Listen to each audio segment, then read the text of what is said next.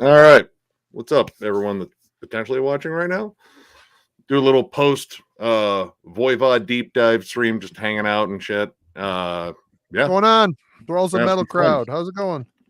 Yeah, I didn't get to catch the beginning of it, so I missed where you guys I think I came in and you guys were talking about killing technology, and I was like, shit. Well, I mean, it took some time to get back.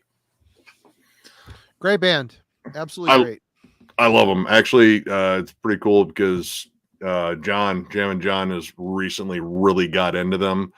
And yeah, it's like, dude, this band's amazing. It's like, yeah, they've been amazing for many years, decades. Yeah. Yeah, he saw them with me when they were touring with Revocation. And it was at that show. I was like, so what's Voivod about? I was like, you're just gonna watch them and you're gonna figure it out. Yep. Hey, what's up, Nick? Hey, Fellow Nick. How's it going? October Rust, what's going on? Baseman, always good to see you. Boss Antelope. Hey, what's up? Levi, how you doing, man? Oh. Some people fighting sleep. That's cool. Sleep is dumb. I should get. Yeah. I was gonna say I have that exact same incantation shirt too. I got it. I think when they were touring with Morbid Angel and Latane. Buddy of mine picked it up for me at the Baltimore Maryland Death Fest when they played. I was unable to attend, so he grabbed me something for the event. But dude, yeah, that new Voivod's amazing. It's so sick, dude. Honestly, it's currently my favorite album that has come out this year. It's like they finally, Chewy he always got it, but they really truly wrote an amazing album. Oh, all right. Chuck and Rick and Jake are also invited, and Jeff will be here in a few minutes. He doesn't know if they're showing though. All right. Yeah, I'm gonna have to go up in a second, help my wife go to bed, but I'll be back. Okay. Hey, totally understand it. But yeah, good fucking deep dive though. Yeah, it was fun. Jeff was like, man, I'm sorry I didn't bring you in. I was like, no, it's cool. I mean, we can do Enslaved. Honestly, one of these days I'm going to get the rest of the guys on board with doing a Voivod ranking, and that's going to be a lot of fun because it's a band with a lot of different eras. Oh yeah. And I even like your core stuff. Yeah, me too. It's a really good. And we'll definitely get you back on heavy metallurgy too as well. That was fun. No, dude, that was a ball, man. I've been looking for a chance to talk about album art because I think I'm the only one out of the Thralls that's just like really pumped when I see cool album art and I actually follow the different artists. Yeah. So that was a lot of fun. And I will never forget Randy. Randy will never be forgotten. Cabbage head. Yeah. The swollen green humanoid testicle that is Randy. Randy. And it's still, like, when he flashed the picture of the band, like, dude, they look like they're all named Randy. I know. That is amazing. They all crawled out of an old rusty IROC.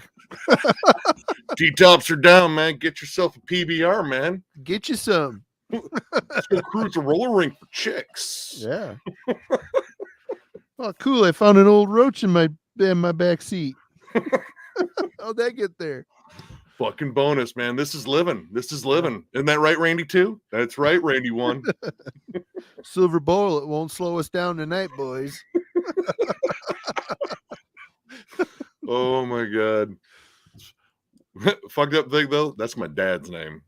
My biological dad is, and honestly, dude, if I looked at the old pictures of him, I was like, yeah, no. He looks like he even rocked like the Don Mattingly handlebar mustache. Nice.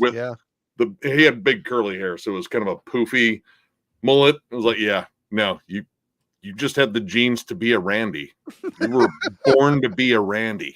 You were really close to being Randy Jr. You never know. God, I hope not. It actually, funny thing, since my mom's kind of an old hippie, I was close to being Ian. So, right. Ian Anderson. My mom was going to name me after the front man of Jethro Tull. Oh, Jethro Tull, yeah. And I even called her on it. I was like, Mom, I've seen your record collection. Come on. It's like, well, I like the name. It's a nice name. I was like, Mom, come on. Like, all right, maybe. Makes a good name too. Yep. Yeah, I've been online a lot this week. We did that big 3-hour long what's been spinning video stream yesterday. Holy crap. Yeah, I don't even- caught most of that. And we lost Devin again. Okay. Yeah, I caught most of that, and dude, when you brought out Frozen Souls, like, oh, dude, I've been high on that album since it dropped. So good. I mean, they get called Cold Thrower for a reason. Yeah. Oh yeah, and for sure. They embrace it. We saw them live not too long ago, and God, they were flat out amazing. He even came out with like a foam cannon or something like that, just to make it look like it was snowing over the audience. Wow. Their front man is a big dude too. Like every time he grabbed the mic stand and slammed it into the stage, like he's gonna put a hole in that thing. Break the stand. Yeah. But yeah, they threw out a Mortician cover live. I was kind of hoping they were gonna play the Mandatory Suicide cover because I really fucking dug that. Yeah. But yeah, they just went through a whole set of just badass songs. Like they were flat out incredible live. I need, I guess, to get on your let me know what the hell's coming down to Detroit, because I'm up here in Traverse City. I have no connection with any of that stuff. I'd be willing to go down and see a show if it wasn't on a crappy day. I mean, weekdays are tough because the kid's going to school, but I'd make it a trip for sure. It'd be fun. Mostly I follow certain venues there, namely the Sanctuary. The Sanctuary, I guess whoever runs that guy just likes to book metal band after metal band. Like I believe are they on Facebook? Is that where you're finding them? Yeah, well, they come up across as notifications. Plus, yeah, I mean, as soon as I go there, they have a whole bunch of flyers along the wall, and I'm making mental notes. Like, all right, I got shit. Oh my god, there's a lot of shows. Because I want to say from, let's see, May 4th, I think they have Rotting Christ. Then May 5th, they have Gate Creeper, 200 Stab Wounds. Then the 6th, they have Destruction. God, we just saw. I just went up there to go see Monolord. But yeah, they just constantly book metal bands. Like it's sometimes that's cool. Just one after the other. I was like, dude, if this place was just a little bit closer, I'd be here more often. I think that's amazing is that shit's happening now, because a decade ago I have a buddy that lives down there, and he would text me. He's like, yeah, I'm at wherever seeing Vader. There's 20 people here. Where did all the metalheads in Detroit go? Dude, what was the one night that John and I did the stream? And hold on here, I got it. Hey, thank you, man. Really appreciate it. I'd love to go over Druid. I think that band is absolutely amazing. Like one of the best like atmospheric black metal bands out there. I probably will review the new one at least, but as for rankings, man, we got a whole bunch of stuff. But I'd love to rank Druid. I'm not as familiar with Nocturnal though. At least not that one. There's a lot of Nocturnal bands, but not many with a K. Nocturnal Mortem. Yeah. How in the hell do you get? This is StreamYard. How are you getting these super chat things? I don't know. They show up every now and then, like very rarely. I mean, and it's kind of cool that they do that, but I don't know. Like literally, I was shocked the first time one of those showed up. Like, it's I don't know. Like we had someone, I think it was over the holidays, like donated like $20. Like here, I don't even have a question. I just want to give you money. Like, okay. Huh. What's up, I Jeff? didn't know that was even a thing. Cool. Nope. I didn't until a little while ago. So yeah. I mean, give me $5 to say something. I mean, that's really interesting. But thank you very much, Joshua, man. And yeah, I will definitely review the new Druid because I love that band. I don't know if anyone else in terms of the Thralls even really knows who that band is, but I do. I think I have like all of their shit. Hi, Jeff. How are you? Long time no see. Long time no see. Yeah, long time. It's been like 6 minutes. I think. Yeah. I love the windblown look. Of course, you're looking majestic tonight. I got it. I don't know if I ever explained that to you. Did I ever explain that to you? Like, it's not just because I want to look beautiful like I am. And modest. Well, look, man, it's like this. Who needs Dimension Hatros cover? I just look at Jeff. Exactly. It is what it is. Before I was an internet celebrity, I posed a lot for Danielle Steele novels for the covers.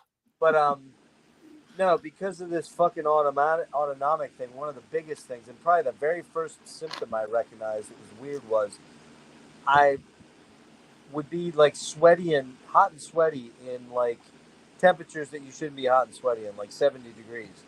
You know, I mean, you might, if you were doing something exertive in 70 degrees, you might sweat a little bit, but you wouldn't be sitting there sweating. You know what I mean?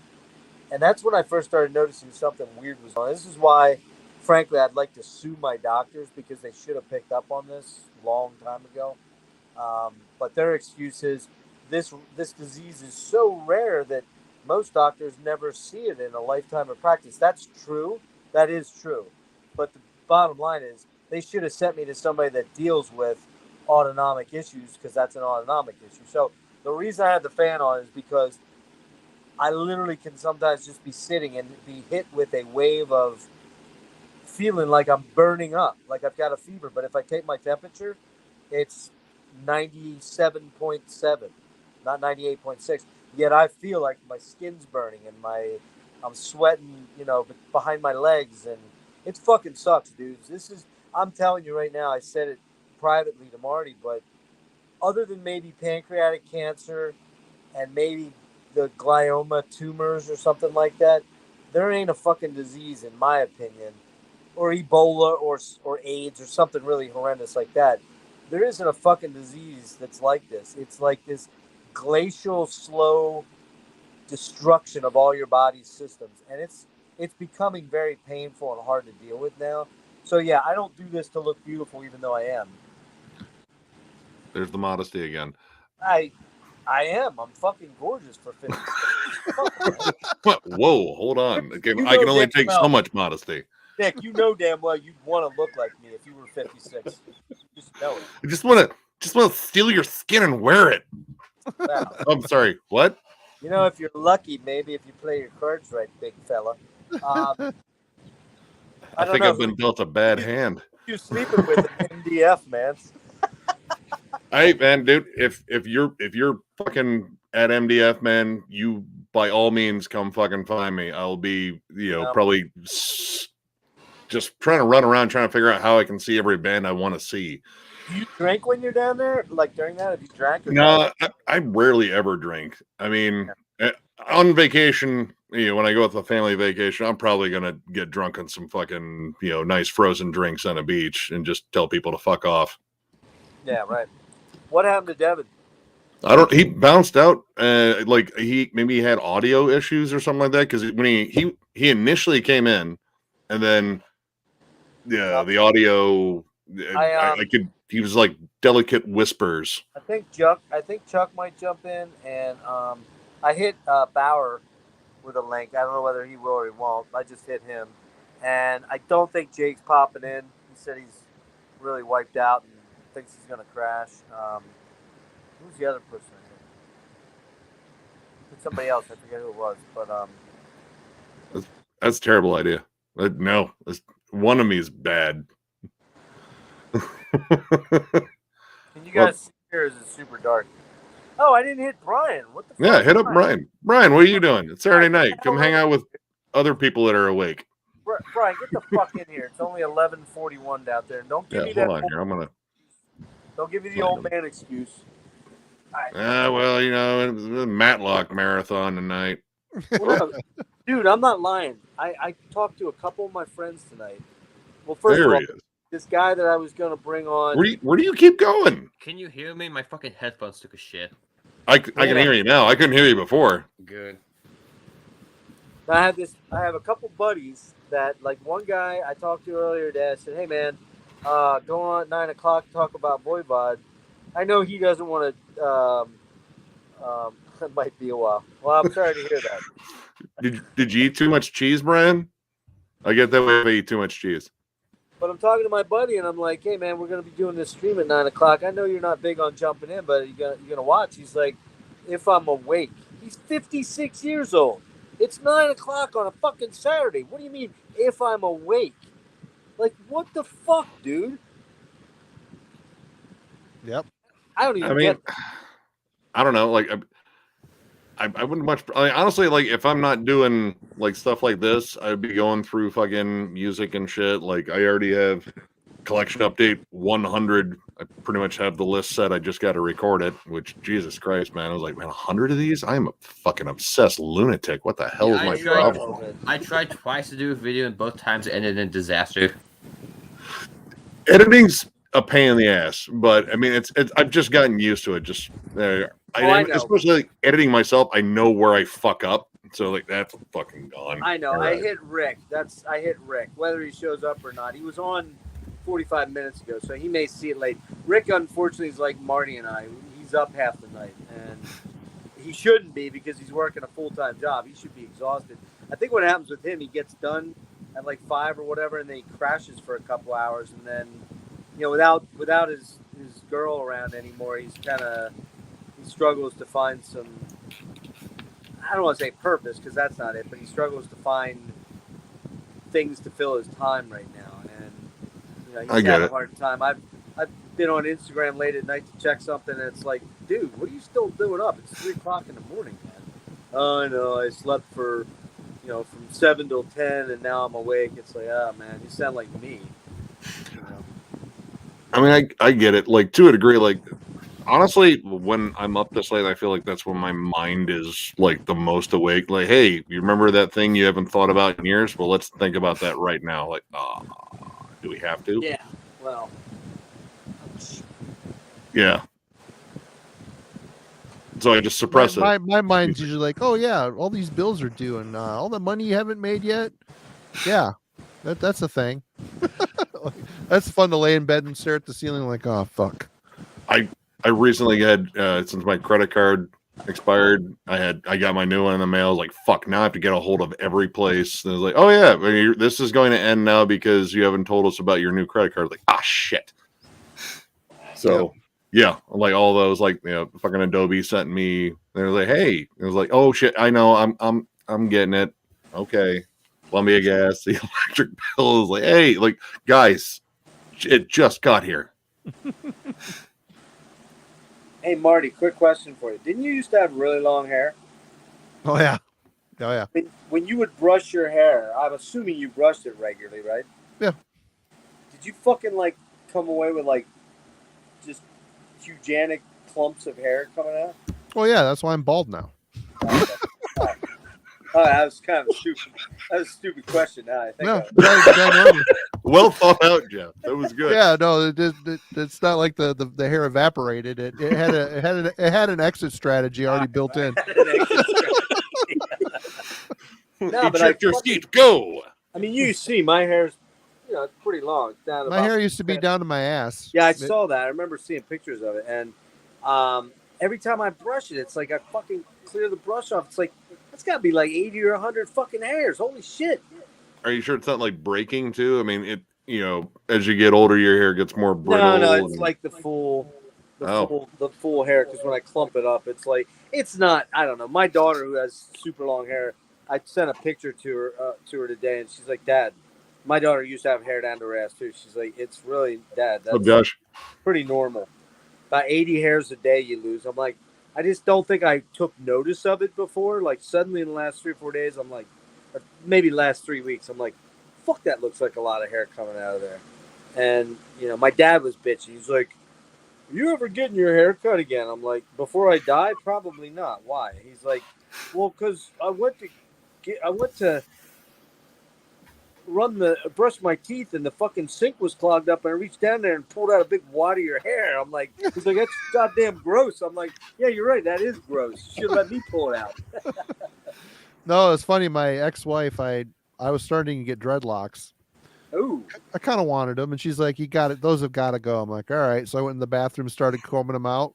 Yeah. And there was like a garbage can full of hair at the end of it. And I walked out of the bathroom when it was done. She's like, wow, your hair's shorter. I'm like, yeah, well, I'm also probably bald. And that was like when things really started to heat up with the hair loss thing. From there, it went downhill quick. I tried dreadlocks. God, I think it was in my early 20s, and yeah, I hated them. I hated it. I tried combing them out, and yeah, it was the same thing. Like, well, there goes a lot of fucking hair. Yeah, that I can guarantee you one thing.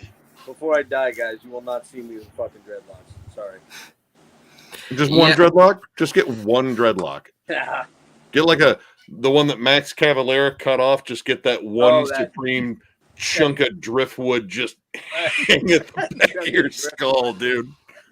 Oh, Nah, do the mid 2000s Devin Townsend look, ball in the middle with the dreadlocks on the side. The thing is the rest of my hair is like hit a terminal length. All my length was on the top of my head, apparently. Because really, when it fell out, my hair it gets down past the collar, and that's about it. It's just kind of.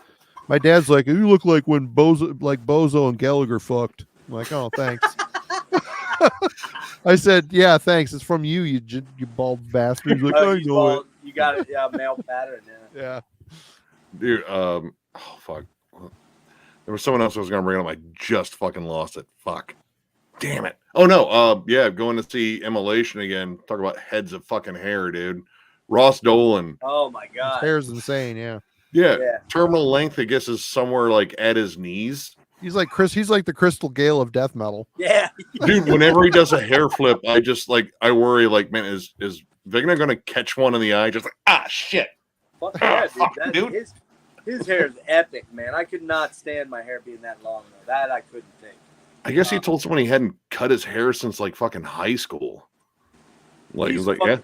He's a cool guy, man. He seems like a fucking. Him and Robert are both. I've met them both and hung out with them a little bit. They're super nice dudes, man. Yeah.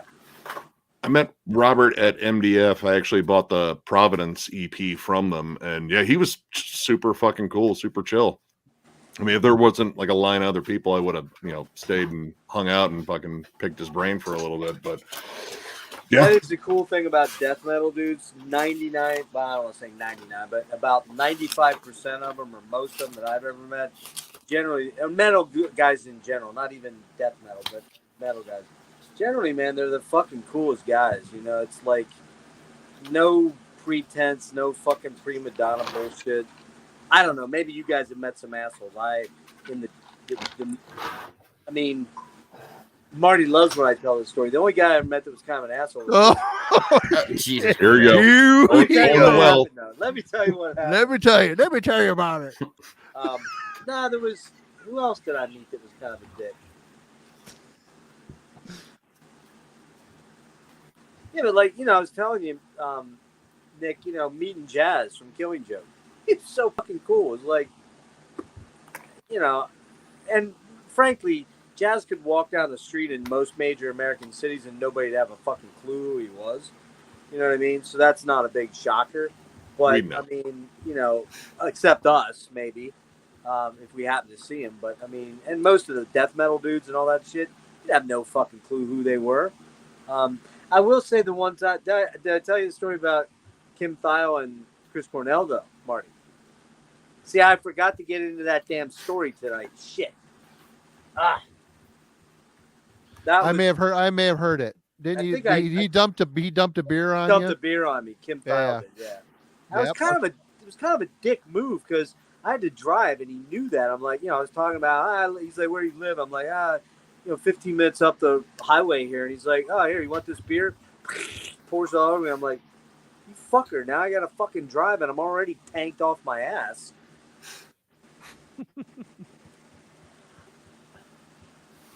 Sorry. Yeah, I met John McCanty when I saw Morbid Angel. He was super nice. Yeah, he's a nice dude. That dude sat through 2 hours of Stefan interviewing him with no audio. I mean, who the fuck does that shit? Nice people. Did you ever see that, Nick? Did you ever see that? I think I know I did watch a little bit of it and was like, why would you put this up? Why would you put this up, man? But props to John for actually just talking to him. That was pretty cool. That was cool. Yeah. Yep. John and I met John McKenty when we saw him with Dying Fetus and Gate Creeper and Genocide Pact, and super nice dude. Like, it's hard to believe that was the same dude that was belching forth like just some disgusting death metal vocals. And I was like, oh, hey, how's it going, man? Like the most soft-spoken, nice dude, shook our hands. I bought a hoodie. He threw in a patch. Like, here, man, take this. Thank you for fucking, coming and checking out the show. It's like, solid dude. Yeah, we were talking about, fucking Kirk from Crowbar, man. How cool he is. I mean, just he's an elf. He's like a dwarf. Oh no, he's Gimli. Guy, so he's metal Gimli. Yeah, Gimli is exactly right, man. I mean, I am not a tall guy. So if I get around a dude that's short to me, that dude is fucking short. Like, because I'm 5'7.5" on a good day. I'm probably 5'7.5" legit, right on the number. And it's just like, whoa, man. Like, this guy is tiny, man. But so your new address is on the Yellow Brick Road?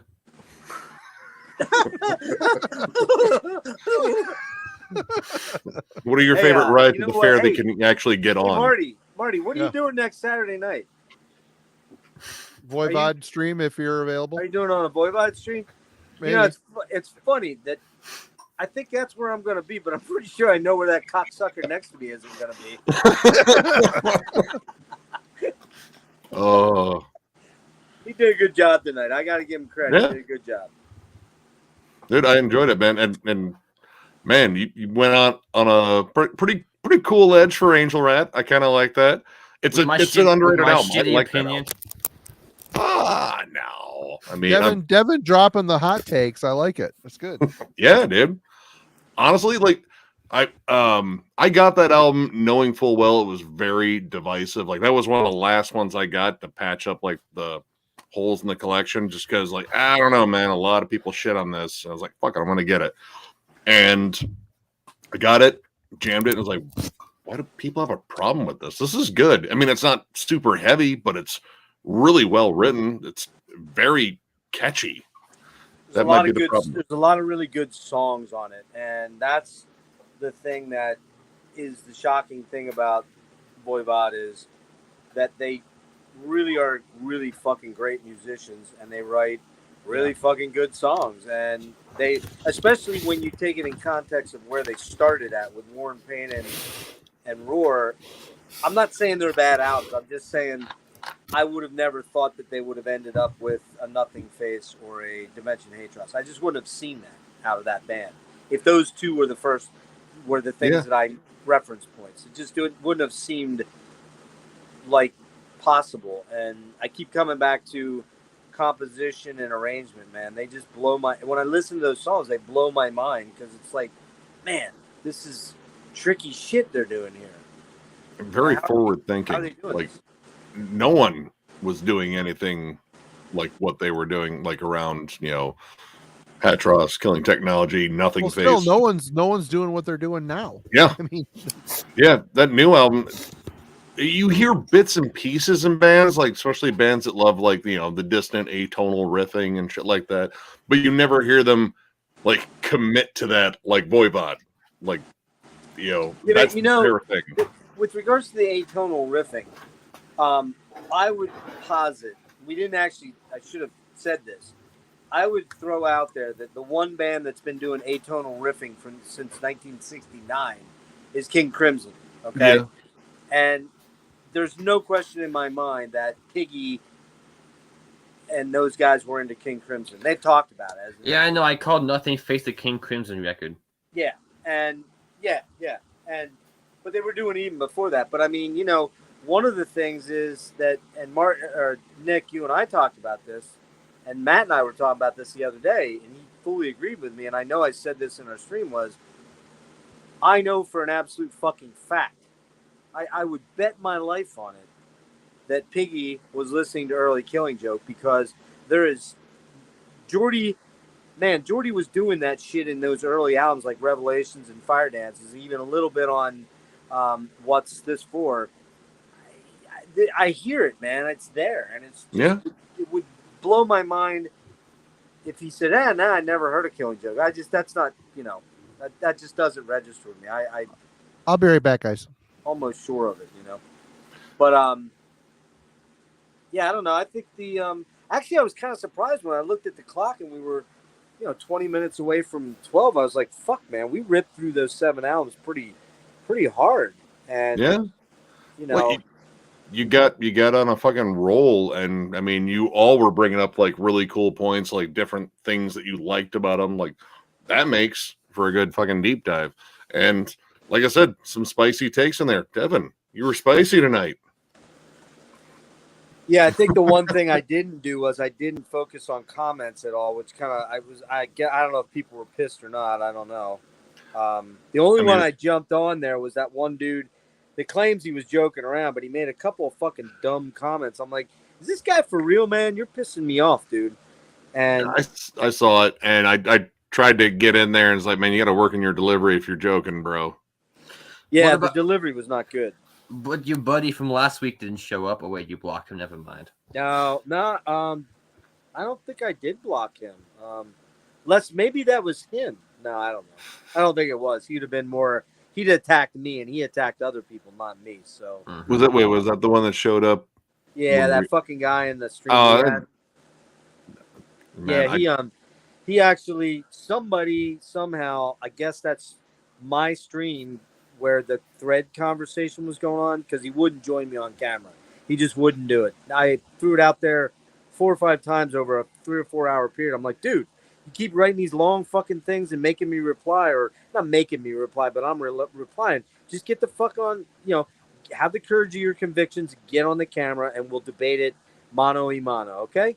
I can't come get you. Well, he finally ended up threatening me, right? He actually did threaten me and said, if I lived in the United States, I'd come over there and I'd see you. And I'm like, oh, that sounded like a veiled threat there, bro. But no, you wouldn't. But that's what I said. I said, no, you wouldn't. You and I both know you're not that guy. You're talking a good game, but you wouldn't show up here at my mom's basement. That's what he said. I'll come to your mom's basement. I'm like, ooh, okay. Okay, I'm not there. Basement. By the way, I'm in my dad's back bedroom. How's that sound? But long story short, man, I went to the video the other day. All the comments were wiped out, and I never got a message. But Devin saw when he went to look at it. It said something about our community guidelines. Apparently, I used the word homo. I apologize for calling him a homo. And I guess they got rid of it because they had that word in there. Somebody must saw it and complained or whatever. So, but yeah. Oh, well. Hopefully he doesn't show up tonight. He might. I don't know. Like I haven't got a lot of trolls here lately. I kind of expected them because, doing that Tool single, the reworking of Opiate, and I was like, oh boy, all right, last time I reviewed Tool, yeah, I got one shitty comment on that 10 terrible albums video. Some guy said I should kill myself because I said Rain Chaos is a piece of shit, which that record blows. So I mean, it's my least favorite. It's just like it's so okay, it's just ignorable. Honestly, it sounds like black metal played by a new metal band. I was gonna say it just sounds like every melodic death metal band. Like it's barely black metal. Like it is barely black metal. It just sounds like this is a melodic death metal band that formed in 2002, and they put out one album, and then there was a lot of bands that did that. So yeah, it just it wasn't any. I mean, I own it. I have it. It completes the circuit. But do I listen to it? Like no. every in Flames the last 20 years. I think I bought some of the. I think the last one I bought was Battles. Like, all right, let's see if there's anything on it. And like, nope, this is fucking suck. The last one I thoroughly enjoyed was probably Come Clarity. Like, Come Clarity was pretty decent, and then everything after that just continuously kept shitting the same bed. Yeah. I'll be right back. Okay. I'm hitting a few people. I don't think Jimmy can join us because I'm pretty sure he had something going on with his parents tonight. But Jake said he's out. He's crashing. Rick, I don't know if Rick's going to see. It's kind of weird. Rick was in the comments early on and then disappeared. Yeah, I remember that one stream when Jimmy was falling asleep. Oh, that was funny. You guys are like, wake up, motherfucker. Yep. I just pressed my eyes. What? I wasn't asleep. Huh? Jimmy, wake up, bitch. Well, you fell asleep one time a while ago. I did. Yeah, I'm like, dude, get up. Yeah, that's when I started not feeling good. Like I was having those nights where we get into the 3-4 hour range, like, well, I mean, 3 or 4 o'clock in the morning range, and I hadn't slept much the night before at all. I was going on like 2 or 3 hours, and I was like, man, you guys would be talking, and I'd wake up and I'd be half drooling. That's never fun when you wake up and there's drool coming out of your mouth, Oh, there it Yeah. is. I'm like, You're glistening. What the fuck just happened there, man? What's up, man? Hey, Thank what's you. up, man? I don't know. It's kind of at random. Like generally, Random. after we go to a show, you might catch John and I or whoever went to the show with us on a live stream. But this one's just sort of a fun one. These gentlemen right here were part of a Voivod stream. You can check that out on Metal Madness's channel. That is Jeff down here with the long flowing mane of hair.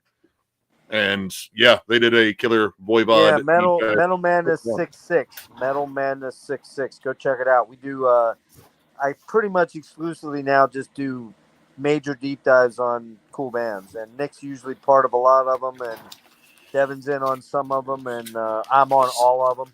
Since she said she's from Canada. There you go. Nice. I still need to get some Sacrifice. I'm hoping the record stores down in Florida will turn up some gems. I found some killer shit. Like I found an original copy of Zentric's second album. Oh, that album's fucking sweet. And the thing that makes it better was it dedicated to Charles Bronson. What does it say? Dedicated to Charles Bronson. Oh, sweet. That's awesome, man. Chuck, Um, man. God, what else? I found Nuclear Assault Survive. I found Voivod Outer Limits. Like they have some really cool record stores down there with like just I don't know, tons of underground stuff. Like when I was there, like they were going through a whole batch they had just got in. I saw like OG pressings on CD for got Suffocation's first 3. I was like, wow, I already have those. Damn it. I have to drive to Berkeley in like a month for work. I'm going to Amoeba, so that's going to be expensive. Yeah, I've been to Amoeba once back in 2005, and that was an expensive trip. That was like a $200 plus trip. Yeah, I went to Zion's Gate in Seattle in 2019 and spent $900. You win. To be honest, they're very overpriced there. I know, but it was good, so fuck it. $900? Oh, I knew I was getting like a check for $600 from the government for the refund, so that helped pay it. That's a lot, though, man. I dropped. I'll take it. Thank you, man. I dropped about 500 at Amoeba in LA back in 2005. I was shopping with Steven Wilson. Oh, that could be dangerous. And there was a bit of a dick slinging contest, like who's See who could spend the most. Yeah, and yet he had a record company's money to work with. I was buying my own shit, so. Oh, that's not. I actually ended up buying. There's a. There you go, man. You can praise. Oh, don't fucking feed it. No. Come on. You gotta give Devin his moment. Come on. No, He's been good tonight. Buying, all See, these look, 12 inches Since you from said Steven Wilson. Aphex Twin, and they were. You know what Aphex Twin is? You ever hear him? I have the Pie soundtrack. That's about it. I know the name, but what's that? I have the Pie soundtrack. That's about it. Well, I had like all his shit, and I bought the 12 inches at Amoeba, and there was only 100 of them. They're too kind. Hey! No love for this kid right here. You'll get easy, Jeff. Easy. Yeah, you're scaring them. I sold those fuckers for like $1,200, man. I bought them for like, I don't know, like 15 a piece, and then I sold them for like $1,200, like $100 a pop. I kind of wish I wouldn't have done that now, because I bet you they're worth 3 times that now. What's the most you've spent on one record? Me? $60. Amateur. For an album or a CD or what? Either or. I spent $60 on the Leprosy 3 CD Relapse reissue, limited to 2000. It's because I missed that one. I bought all the other ones at retail, and that was the one. I also spent. Well, you're talking about like. I mean, I bought a $250 $50 Neurosis box set. Oh, that doesn't count. I mean, like one Okay, record. yeah. For one single, the most I spent was $60. Yeah. Okay. I can't fucking justify. Well, I was telling Matt, I think, or maybe it was you, Marty. I was looking for that Warren Payne Metal Blade special edition reissue from 2004, and everybody wants, fucking $75 for 2 CDs and a DVD. I'm like, I ain't spending that. I kind of want those 3 CD editions that you have of. I kind of want those. They're worth it for $18. I think I just have the. I don't. Do I have Warren Payne or is it Roar? It's one of the. It's one of the early ones. To Dimension Hatros. I don't know where you're gonna get the other ones. You're gonna have to look around because I looked on Earache's site. Earache had them, and they're not there anymore. So I don't know what to tell you on that. This was mine. You can probably get Hatros though. That one's still out there. Let's see which one I have. Because I just ordered it yesterday, actually. This was mine. It doesn't matter how much I spent, but probably too much. But oh well. Ooh, that's fucking cold.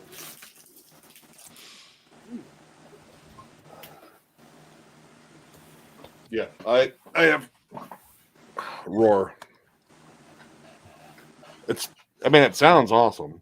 Damn it! I need those. Those things are so cool. Wait, which one is that? Which one is Roar? That? Oh, you got the Roar one. Okay, that's the one I showed tonight. Yeah, I just ordered Dimension Atros earlier today. That one's still around. I have the extra artwork. Gave me cool, Killing Technology. So. Oh yeah, Jeff's a bastard. He made me jealous, so I bought these. Oh, did you see my box set, Marty? What is that? Blue Das Nord, the 777 trilogy. Oh, right. No, I didn't, Jeff. See this. Check it out. Gold looks kind of odd on vinyl. Thank you, man. I'm looking forward to seeing them at MDF if I find out when they're playing and if long as someone else that I want to see isn't playing too. It's going to be tough. But yeah, dude, Dauber's a fucking maniac. Nick, blow me up a second. Oops. I don't think he wants to blow you, but okay. Nope. Hard pass there, bud. So it's the 777 trilogy. Oh wow! And they only made 345 of them. And check this fucking Devin got the albums, but it's not the same variants. There's exclusive variants. So Slipmat A2 of the box cover. Right? Nice. And then check this fucking thing out, dude. Oh my god, this is fucking tits right here. This is unreal.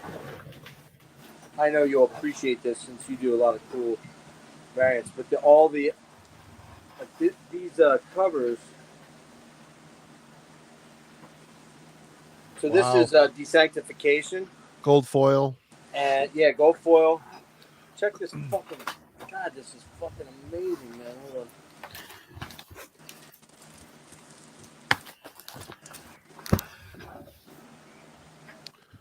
Oh, A side, B side with a splatter, a clear splatter. It looks like. No, that's really cool. And then, what's really fucking cool is the interior of the. It comes with the sleeve, but then shit. Oh no! Man down. Down she goes. Help! I've fallen. I can't get up. Look at the inside, man. Life alert. Inside the jacket. Nice. Wow. And That's an extravagant expense on the record label's part. Yeah, mine are printed too. Is it? That's Yeah.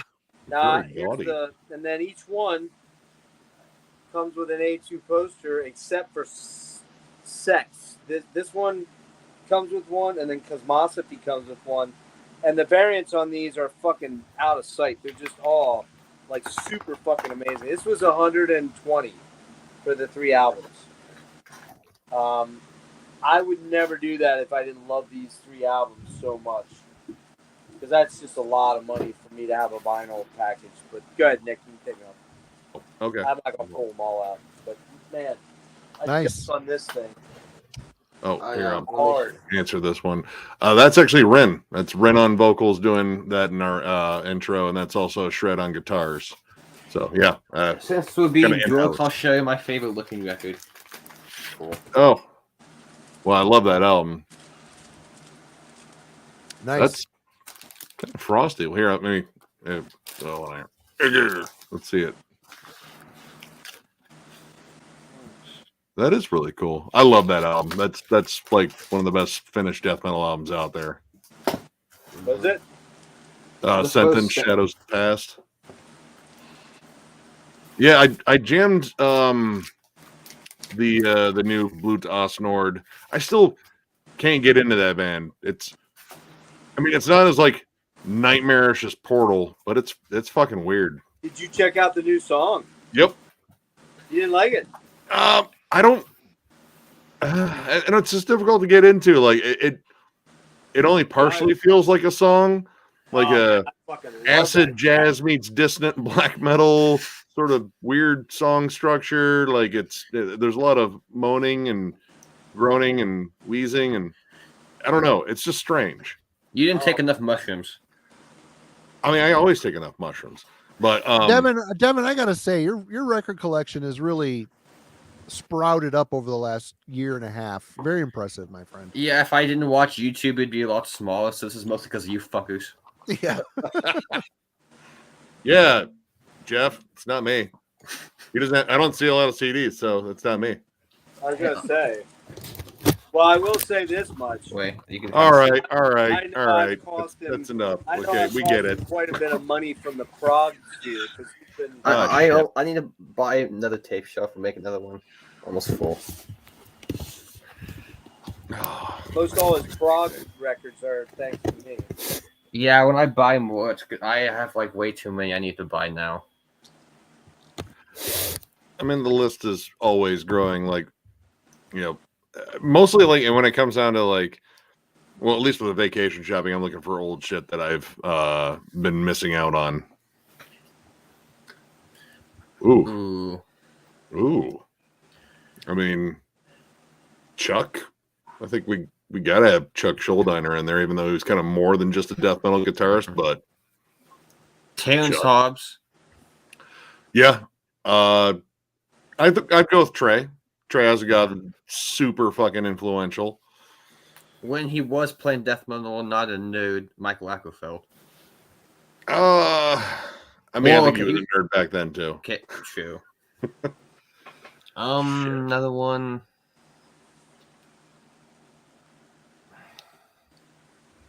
Oh man. You guys God, ever I see know this? Yeah. Oh, nice. Nice. Oh, Behind the Wall of Hmm? Doom. wait, is that a new EP or No, is that a box set? Box set. Candlemass, Peaceville special print job that came 3 CDs and then 2 DVDs. Oh, wait. And it came with a signed certificate. And it's got Right on, Jason. it's got on CD3. It's got the demo. It's got the Wishcraft demo, the Uplands Vaspy rehearsal, and the OAL studio demo, which I think was the original thing. And then they've got tracks picked by Leaf on the first album, and then tracks picked by Messiah on the second CD. And then Yeah, DVD Peter. 1 is live at Dynamo '88, live at Bang Your Head 2005, and then live at something in Sweden 1990. So Jeez. that's cool. I haven't seen this anywhere lately. I don't think you can get it at retail anymore that I'm aware of. And then this one was another one of those. My buddy TJ's got that. It's a very cool box set. That is Yeah, really it's great, man. There's so much fucking shit on this thing, man. Yeah. It's killer. And this one, I think you can still find out there in the wild fairly easily. It's a good read too, man. I mean, it's pretty sharp. And because he's unique, Robert Vigna. Yeah, Vigna's got to be in there. I mean, I'd say McKenty, he'd be kind of like possibly in there too, like the cavernous style and all that stuff. I mean, I'd love to do a Candlemass ranking at some point. I fucking love that band. Hey, boss, Oh. check out Heavy Metallurgy, my channel, Marty Worm. We do a show Oh, yeah. every Friday. Yeah, Heavy you did that. Metallurgy.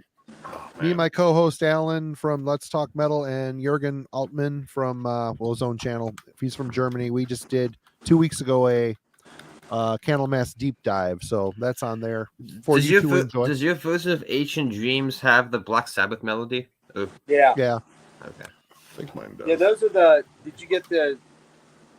I forget who put them out. Do you remember, Marty, the double disc ones?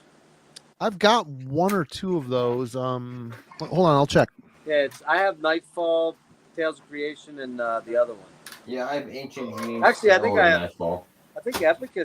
Peaceville. Was Yeah. it Peaceville? Yeah, Peaceville. At least one I have here. Which one is that? Nightfall? Nightfall. I just snagged that do one you real have quick. Do you have the slipcase one or no?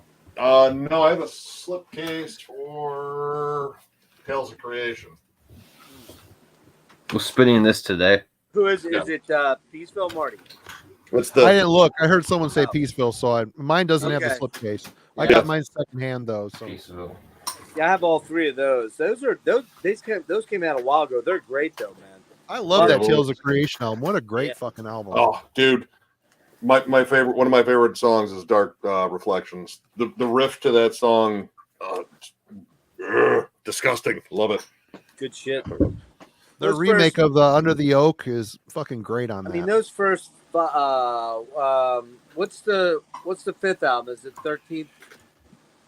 No. Oh, 13. What was it? Come on. Yeah. What's the 5th album? From Marty? the 13th Sun. Is it from the 13th Sun? Such a great album too. I just got that on vinyl the other day, actually. But I'm trying to think. When was Dactylus Glomerato? Is that the 5th or 6th? That was the one before for 13th Sun. Oh, it was before that. Okay, that one's a little. I like it, but it's a little. It's odd. Yeah, it's in between chapter whatever and 98, 13th. I think, was Dactylus. Yeah, 98 from the Metal Archives. Whoa. Is there an Epicus box set? Oh, you know what I heard about that? What is? Yeah, there is a box set coming out.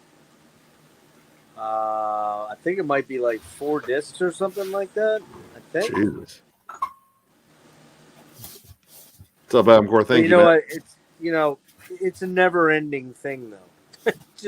It never stops. They always find extra stuff. Unless you're a Rush fan, Rush never recorded extra shit, which kind of is a bummer. But for example, the 40th anniversary Moving Pictures box set is dropping next month, I believe. It's fucking insane. The Super Deluxe is $300, $299.99. Jeez. And you get a 5.1 mix. You get the regular. You get 2 versions of the album. One's like the remastered one from 17, and then the original one. And they get 5 LPs because they did it on like half-speed mastering or something. Which I don't know what the fuck that even means. What does that mean? What's the? I have no idea. I don't get it. I have a couple OPs like that. Let me see. Oh, there you go. Yes. And yes, you're Hey, right. thanks, Heavy Therapy. Yeah, You're too good kind. shit. Hey, These we're are all- both half speed, whatever the fuck that means. we're all old bastards, so I guess we are students. And we just finished tracking our second album and a upcoming split 2 weeks ago. So Are you done? yeah, the tracking it still needs to be mixed and mastered. Oh, okay. Yeah, Wow. I introduced that to Jam and John. Was like, man, you love death metal. You're gonna like this. Like, all right, man. He checked out. I was like, yeah, this is badass. Like, this is Marty Worms. Like, dude, really? Wow, man. I didn't know. Like, because like I think most of the stuff you saw, you were talking about like doom metal and black metal. I was like, he's in a death metal band. It's like, yeah, dude, he loves death metal too. I'm old. I like all kinds of metal. It's all good. Yeah. It's all good. I try to I like remind that. him. I was like, dude, John, you're old too, like me. We're all old and feeble and fading away. Yeah, man. Good times. Hey, Heavy Therapy. I'm not sure yet, but it might be a split with Panopticon. We'll see. It's going to be a weird. Each band is doing a cover, which we did ABBA's SOS. And Panopticon did Pallades by King's X, and then we're doing another original song and a remake of a song off our demo. So that'll be our side of the split. And as far as I know, it's Austin, but I don't know never yet. heard of them. Who are they? I don't know. I couldn't make out the logo. It's too death metal. And I didn't know about that, but I don't even wear cologne, but I might get that just because Tony Iommi is involved with it somehow. Is it called Iomi? Dude, if there was a cologne called Iomi, I was like, I want the stench of riffs on me. Yes.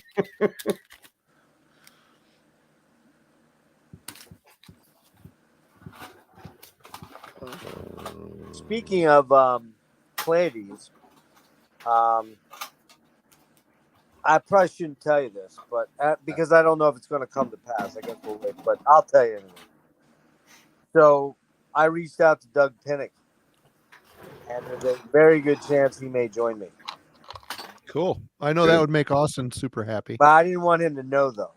Oh, you don't want me to tell him? Okay. No, I mean, unless he happens to watch this, but I really would. He won't. Yeah. Kind of like to be almost like, have Austin start chatting with him and talking about going to the albums and go, hey, by the way, Austin, I forgot to tell you, I invited somebody on to work through these albums with us. Hope you don't mind. And then bring Doug on. I'm in negotiations right now. Cool. So he seems like a nice dude. He might do it. Oh, he's fucking cool as hell. Don't tell him. However, I won't. Here's the problem. I got to get Austin to kind of commit, and he hasn't really kind of done that. I know he wants to do it. He's voiced that, the desire to do it. But when I talked to him last time after he reached out to me, he's like, well, let me talk to Beck. Well, that's what he said the last time, and now we're 2 weeks in again. It's like, dude, I got to kind of get something set, You should give him a tentative date and say, this is the date I want to do it. Can you do it, yes or no? And that might be what he needs. They've had like a since they moved up to Ely, they've had a revolving door of guests. Wow. So, okay. Yeah. And he's coming here in a couple weeks to hang out for a weekend, so. Awesome, okay. man. I mean, I got to kind of try to narrow it down. I guess I got to get the Doug thing set up first, I guess. Mm-hmm. And say, dude, this is when I'm doing it. And you might really want to make yourself available because there might be something cool happening. I can't really get into what. I'd like to surprise him, you know what I mean? Yeah. I'm sure he's met Doug. I'm sure he has. He has. Traveled. Yeah. But I don't know if he knows him real well. And Doug and I, way back when, I was actually in communication with him fairly regularly. And when I sent him a picture the other day, I'm like, do you remember me? He's like, oh, yeah, you look familiar. Now, he may have just said that. I mean, Doug smokes a lot of weed, so I'm sure he probably doesn't know exactly who's who. But I thought that'd be a pretty fucking cool thing to do for that. And I also have a feeler out waiting back for an answer from Craig Cicero to join me to do an interview for like 30, 40 minutes, and then have him... Nice. Yeah, have him jump into dissecting the 5 Forbidden albums, which Craig is a fucking cool dude, man. He's like a super cool dude. And I would love to hear him actually discuss the actual albums, writing for it, what went into it, where they went, where they recorded, how that experience was. And I'm hoping to hear back from him. So we'll see what happens with that. I figure what the hell, the worst thing you can do is just say no, Yeah. If you ask him. Rick's coming on here in a minute. Awesome, man. Oh, Rick's coming on? Awesome. Yeah, he just said he'd be on in a couple minutes. You guys know this? I know the cover. You've shown it to me before. Who is it? Acrosticon. Is that one that's like a book thing or something? Yeah, it's like a... Who the hell are they? From the Netherlands. Never heard of them. Never heard them. Is that the fronted by a lady? Yeah.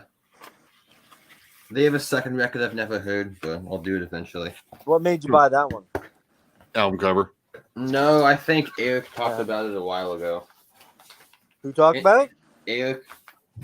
Oh, Eric? And he said they sound like both those. Like, ooh, okay.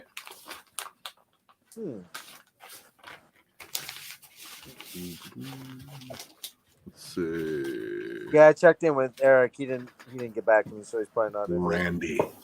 Actually, if you want that, boss, go to Marty's channel, and it was the one that we did about album art towards the end. And don't skip to the end. There's a lot of cool stuff, but towards the end, you'll hear us riff on some bad album covers. But This is pretty atrocious. Randy, legend. Yeah, that's pretty bad. What is it? Lubricant? Is that called lubricant? Yes. Is that a guy on a rock in the middle of the desert? Like the episode of SpongeBob when he was traveling on the rock. I mean, wait, is he trying to astroglide the boulder into his butthole? He's gonna need more lube. Looked like It's pretty bad. is that when SpongeBob rode the Hasselhoff? Maybe. Look at these song titles too. They're fucking ridiculous.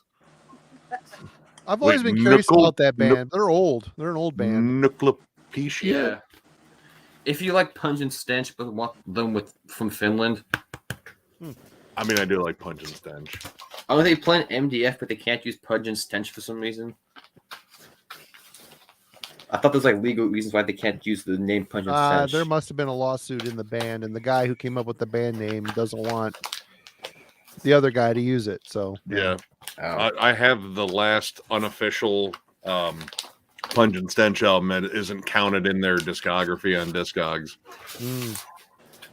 Yeah, Devin, got one for you. And I mean, if you haven't jammed it, yeah, he got it. He got it. He's gonna go grab it right now, I bet. Wait a minute, what happened to...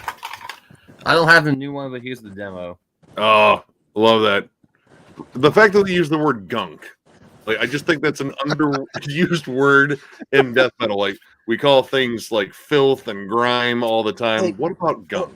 Hey, Devin, real quick What? question. Sorry to interrupt. What the hell is Dennis's Instagram called? Analog Archives? Are you sure? Yeah. Did he stop posting on there? No. Let me see. Look him up. See if you can look him up. He's not coming up for me. Tell me that's the name of the album. Yeah, Jeff, you posted 2 hours ago. What? That How needs do to be the you name how of do the you album. spell it? ANALOG. Yeah. Oh, sound out the big words, Jeff. Oh, fuck off, man! Kiss the head of my kiss the head of my penis. What's up, guys? what's going on, Rick? I'm already getting a little slight buzz. I've been Yep. doing a little whining. Quit your whining. Quit whining. We're getting an echo. from They don't have someone. an actual wine glass here, so I got to resort to this. Perfect. Oh well. Yeah, we're getting a delay with you. Yeah. Rick. Oh, shit. Okay, let me fix this. I'm on a Chromebook, so I'm on a different setup, a different house, everything.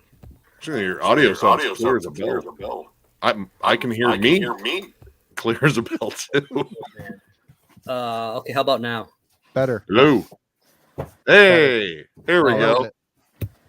All right. So you in the new place? You all settled? Yeah. I got a lot of shit down here, and yeah. So been moving some stuff. I'm here with my nephew, and tomorrow we're bringing more shit over, and the records are going to be fun. Yeah. It's like Always. The bane of collecting is moving. Oh I God, kind dude. of wish I used Nick's system and went only CDs. Dude, no, that sucks was too. that sucked. sucks Oh too. my God, Yeah. dude.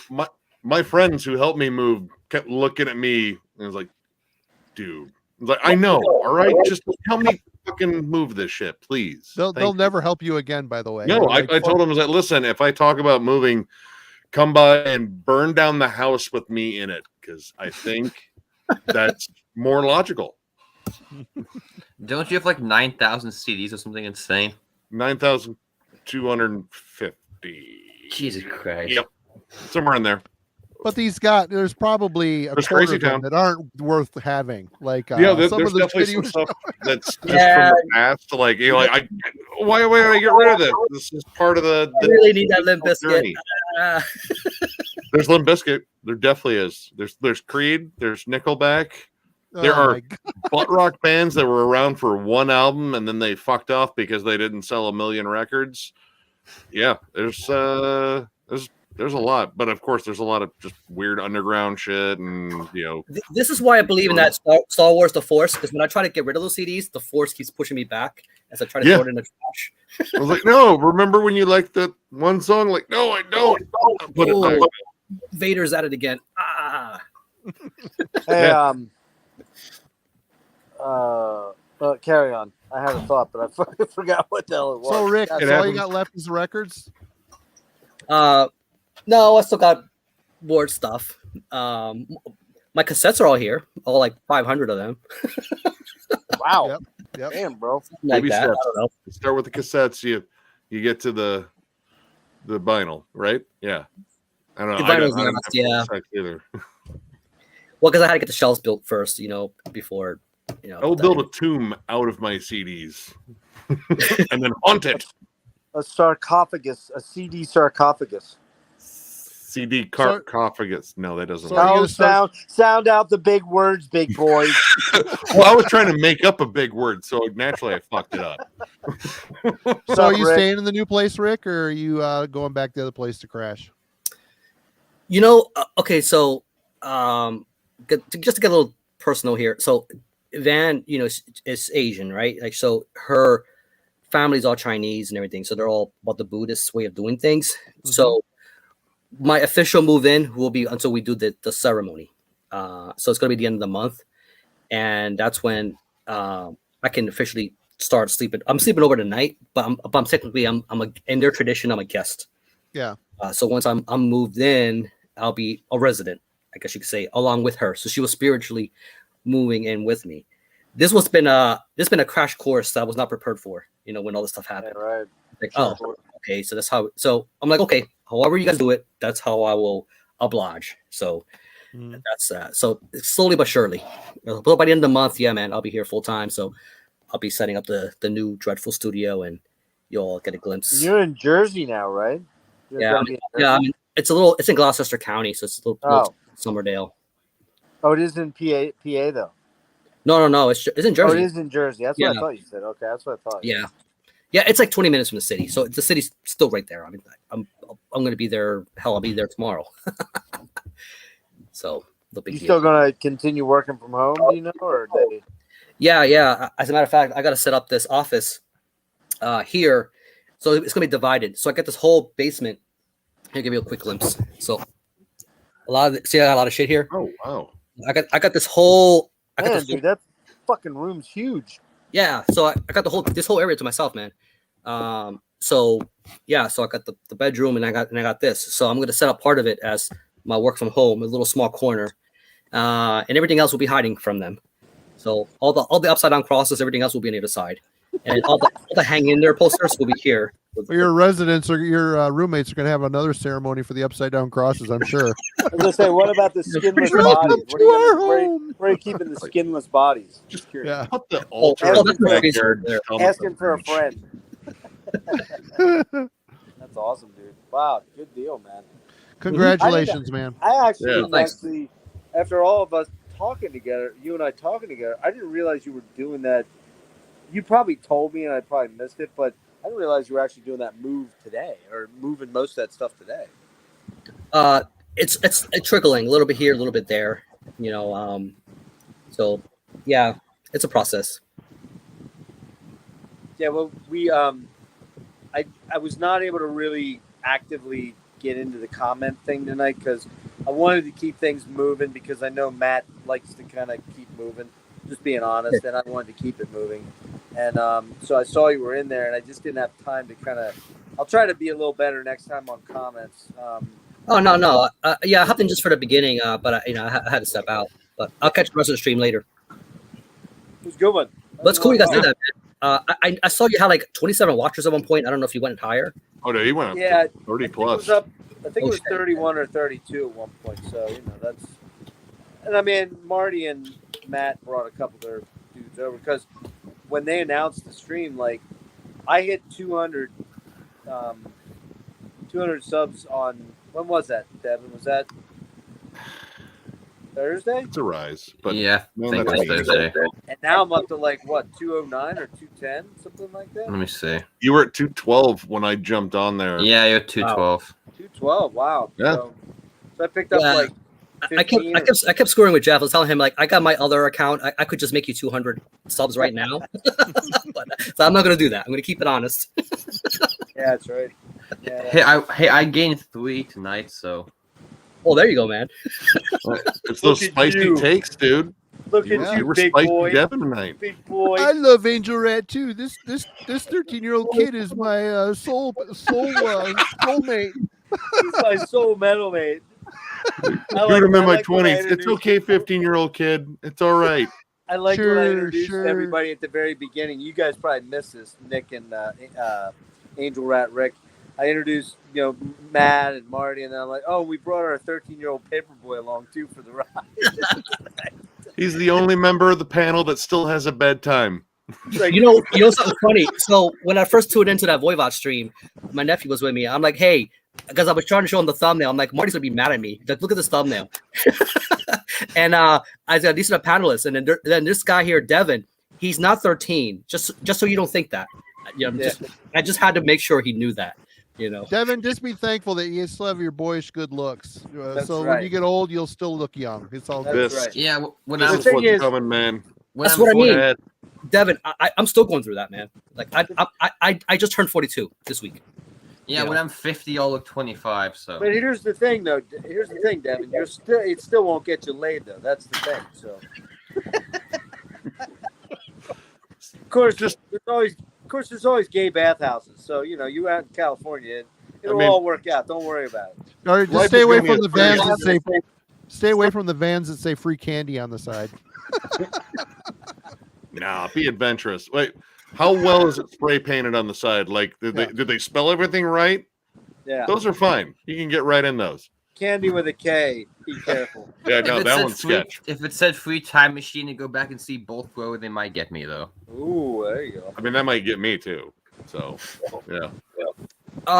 Robert Sparlin is asking, what was the worst concert you went to? He was asking me and Marty, and so my best and worst concert was the same band actually, and that was Slayer. So I caught a set of them at the Trocadero, and they were very tired and just completely just not with it. And Kerry King kept messing up his notes or whatever he was. He was just off time, and then I think it was in 09 or whatever. I think I caught them at the Electric Factory, and fucking amazing set, man. And the set list was very similar to the one that was like the worst set, for that band. Funny enough. So that's to answer your question. Yeah, I only saw them once in 2017. They were kind of sloppy and not that good. You don't know what you're gonna get. Yeah, that's the thing about. And they played almost all of Repentless too. So That's a tough one. All right. I honestly don't think I've seen any horrible shows. I mean, maybe I'm missing something. I will say 2 experiences jump out. The one was Yngwie Malmsteen, and it was probably for what tour was that? I don't even know what album it was. I want to say 2005 or 6, somewhere in that range. He was such a fucking asshole, man. Well, he's always an asshole when he's playing live. I mean, He hates donuts. Who the well, fuck this hates is when donuts? this is when Yeah, he was who hates fat. donuts?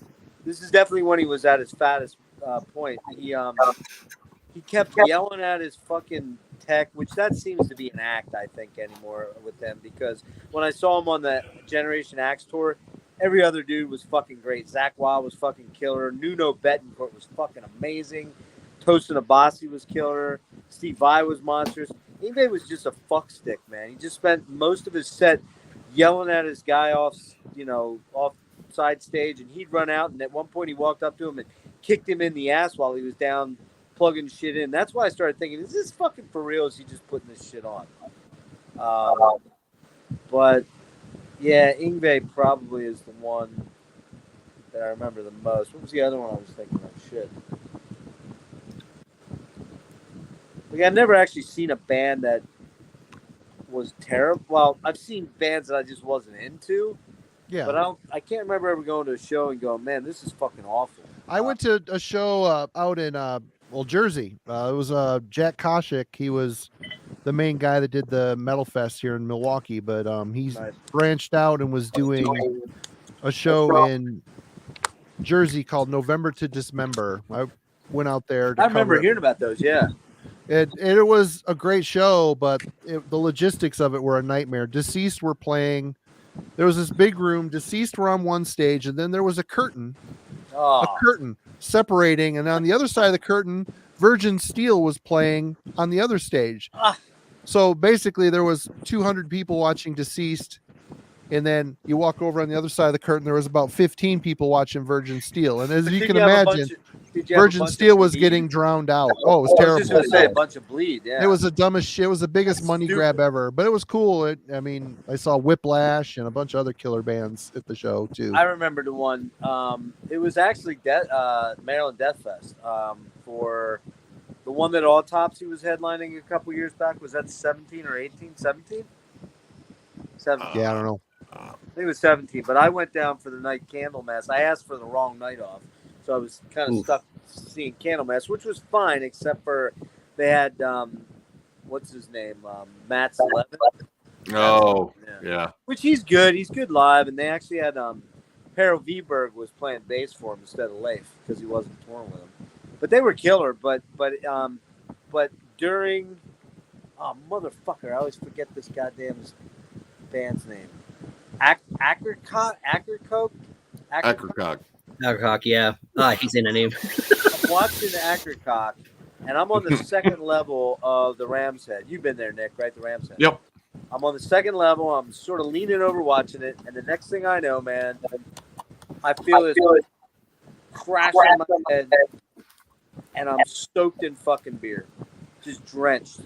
And some motherfucker right above me, he had to have been aiming. There's no way he just happened to be exactly perpendicular with me and drop it.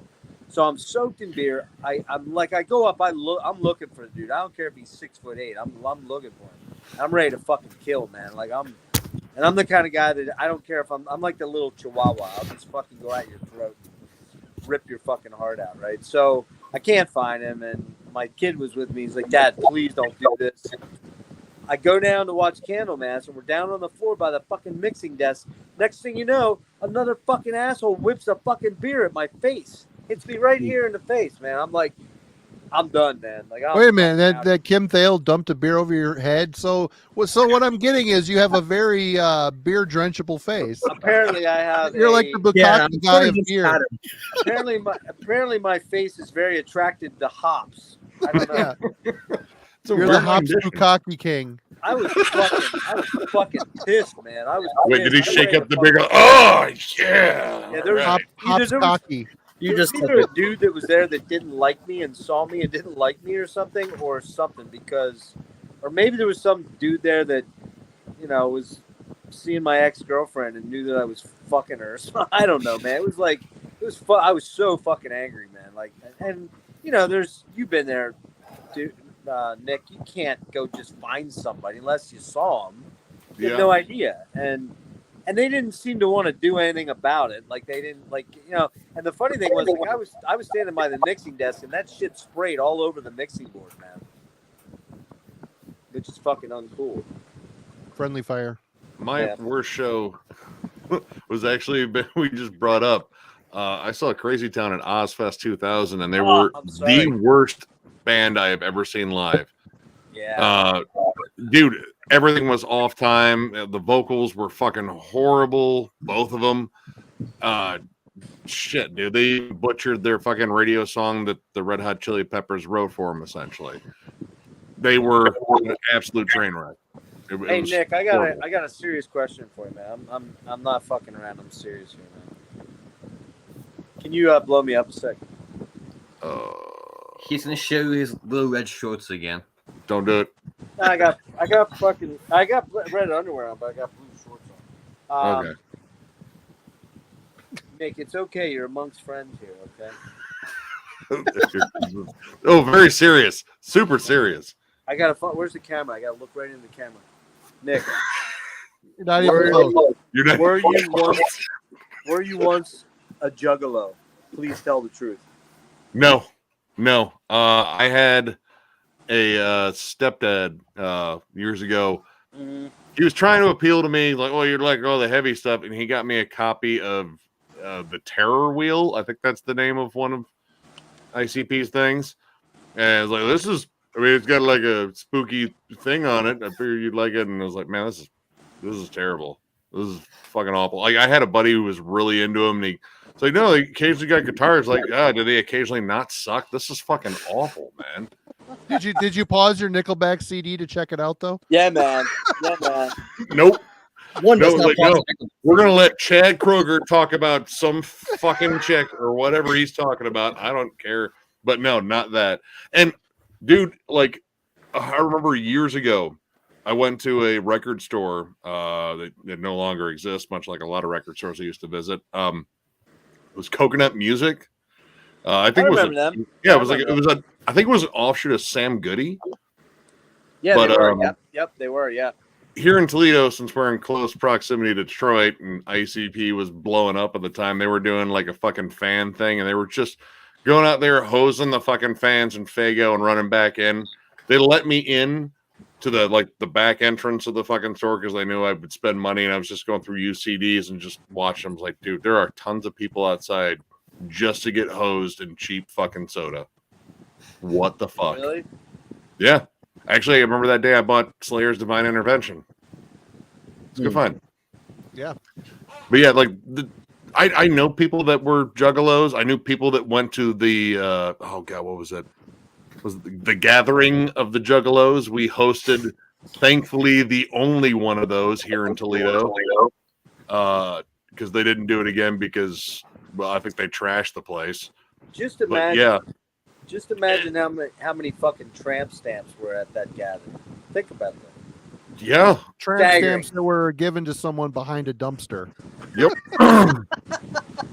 While you were blowing someone else, I'm pretty sure. Wow.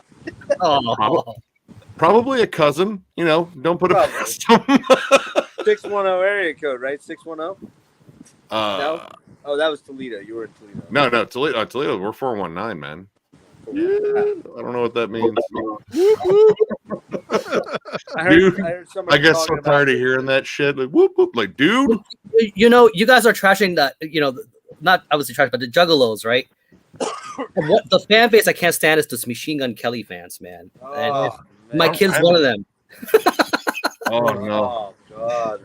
I was feeling on my nephew, like he had this spat with Corey Taylor, they had this back Yeah. and forth, it's just like, come on. Well, here's the two relatively unfucking talented dudes. I don't know. Corey Taylor, I guess he can sing. I don't know. I'm not. He can It's sing. not my thing. I wouldn't call him untalented, but he caters to an audience that we're probably not a fan That's of. like this fucking Ghost Main. You see this Ghost Main dude? He's like a Yeah. black metal guy, and It's not. but he's doing hip hop rap shit. It's fucking garbage, man. I'm sorry. I just cannot. It's to me, It's like just industrial relevant. but with a rapper. What's that? It's not good. Yeah, it sounds more like, because I know people have sent me like, oh, what do you think of this? And it's like, oh, it's not my thing. Like, really, but it's cool. Here's the moment of truth. Everyone, raise your hand if you owned a Limp Bizkit CD once in your life. Oh, I have a bastard. tape.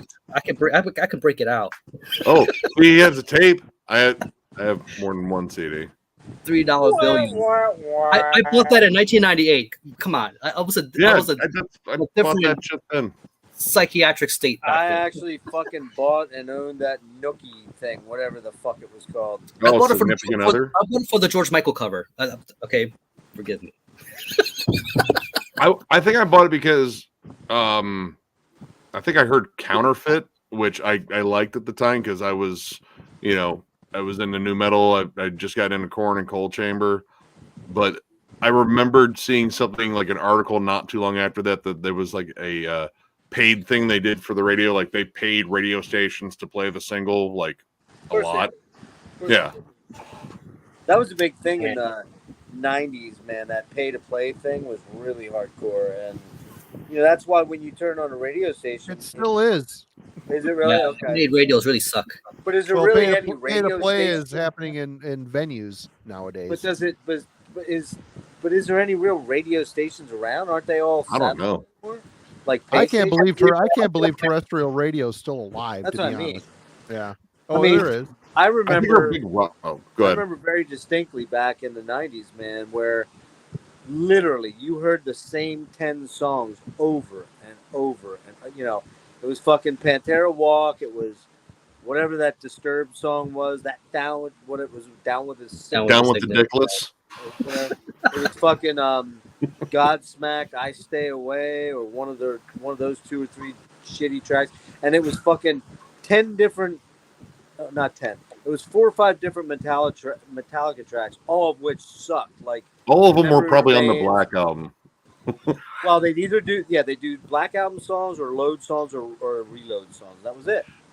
Like we had the only radio station that I'd listened to when I was a kid, for the most part, is now a sports station. Like they just pretty much cover Indians games, Browns games, and like shit like that. But I remember they did a thing called "It's Midnight Metallica." I was like, dude, you played Metallica earlier today. And it was Yeah, like I don't need to hear King Nothing again. Like, and that was probably Yeah. the best from that album. No, we're gonna play "Sad but True" for the 3rd time today. Midnight Metallica, brothers. Like, why don't you play a deep cut? Sad but True, yeah. So the Memory Remains, Christ, that Marianne Faithful track. But you can't even turn on Sirius XM anymore. Every time I turn it on, I can guarantee it's a Metallica song. Well, it's on like 4 different channels. You switch and no, there'll be even times you switch from one Metallica song to another Metallica song. It's like, wow, impressive. Yep. They must be making tons of money on the royalties through Sirius XM, I would imagine. So the thing is, Maybe. I've actually never heard Load or Reload. Oh, I envy you, man. I envy you. Not missing much. Not I missing own much. them. It's not the same. I mean, if they were called anything but Metallica, you'd be like, oh, this is a decent rock record. Yeah. Yeah, But, my buddy said is like, yeah, if you slap the Corrosion and Conformity logo on there, like after Deliverance and shit like that, you wouldn't have much of a problem with it. It's like, maybe. I mean, there's But songs the I same like. band that but made those- Ride the Lightning, though. It's not. I mean, it is, but it's No. not. No. People say, "Oh, Hardwired is them returning." No. No, I don't. There's I don't no need even for that to be a hate- 2-disc album. I No. don't even hate the Black Album. There's some good tracks on there. There's a couple Yeah. decent songs. The I problem like is Death Magnetic. I thought that was a good album. I thought that was all right, dude. It's okay. All Nightmare Long. That's a ripper of a fucking track. There's some good songs on that album. the main problem with Black Album is all the big songs just got over fucking played to the Oh, yeah. degree. I mean, but like something like Of Wolf and Man, that's a good tune. And Yeah. Through what's the Never. one that Through the Never's really good. the God That Failed, my favorite one in there, man. That's a good one. Yeah. It's all the songs that you don't hear all the fucking time anymore. That song is still on the charts. Is it really? The Black Album, yeah. Yeah. It's like the only other album that I think it dethroned Dark Side of the Moon, actually. Doesn't it still sell like 20,000 copies a week or something? Well, nuts? they just Yeah. reissued it. And so, I mean, that's got to count too. Like the reissue with all the bands doing covers and shit like that. And Devin, actually, I think it was 9,000 a week. They sell 9,000 copies, which is still fucking crazy. yeah, How old is that album? 9,000 a week? Wow. 36,000 copies a month? That's Jesus. I'll say one thing though. I prefer somebody actually buy that album than those posers who wear those T-shirts and can't name 3 songs. You know what I mean? Yeah. Yeah. I see them all the time. They're everywhere, man. Morbid Angel gets me. It's like their boyfriend or whatever has it. They're gonna rock and wear it around. I'm like, I'm gonna be that guy, man. Give me 3 songs. Nick, sorry, let me interrupt one sec. Nick, keep Yeah. an eye on the. I'm sorry, I just put a cookie in my mouth. Keep an eye on the guest things or whatever the thing is. Well, I'm missing some questions here. Nah, there's a good chance maybe Dennis might pop on. Oh, Actually, okay. I need to jump. I need to jump, guys. My kid's requesting my presence and play some video games. And You stuff, bailing so out, man? I got to bail. Yeah. But What if, games you if- playing? Hollow Knight, I think is what it is. Oh, I hear that Wait, it was a Hollow Knight. Now I'm thinking of Shovel Knight. It's hard. I suck at it, so I just watch him play it. He's like someone he just likes someone to hang out with. So I'm gonna go hang out with him. I've been on the computer a lot this week, so it was good seeing you guys. Yep. And Yeah, thanks it's good for seeing you, Hey, man. thanks for the invite. See ya. Talk to y'all later on. Talk Take to you care. later. Peace. I think we need to give Marty a break, man. He's been on 3 streams this week. Yeah. He's Give probably. me a sec. I'm gonna go grab a smoke. Well, hang on. Hold on 1 sec, because I think Dennis is going to pop on. Can you wait till he pops on? Okay. Like, Did you meet Dennis yet? Analog Archives? have I met Dennis? Yeah, you did. I think. I don't know if he was ever on a stream with Dennis. No, though, he was. was. He joined the end of one we did a while ago. I think he was on one of our question streams. Yeah, well, last year. I definitely know that. We haven't gotten back to that. Those were pretty fun, but we just haven't gotten back to them. I wanted to wait till I got a little settled in and everything before we got back in the nitty gritty of that kind of stuff. The other thing is, Rick, I've been doing a lot of these deep dives on Saturdays. That's true. That takes up. That's always kills that momentum. But Yeah, I got all this new shit, man. But I'm listening to nothing but Enslaved lately. I well, mean, I that's gotta my get fault. down to that. I guess that's my fault. Cool, isn't it? but I'm just not listening to everything else. In the meantime, I hope we can get there, man. I'm gonna try. I talked to Marty tonight and said something about. I told you I reached out to Doug Pinnock and was trying to get him to come on, which would be cool if it was Austin and I could bring Doug on as kind of a surprise, and then we could maybe go through the albums a little bit and quiz him on stuff, and thought that'd be fucking cool. I was a little surprised. I thought I might hear back from Craig like fairly quickly, but he hasn't even opened the DM, and then he posted something about John Clayton dying. You see that? John Clayton from Sports Center? Yeah. Dude that did the Slayer commercial. He died at like 67 or something, and Was he battling something? there's no mention, but I got a feeling it's probably cancer, maybe. Yo, Hey, what's going on, man? what the fuck's up, man? Hey, what's up? I've met him. This guy, I haven't seen you forever, dude. I know, man. How are you?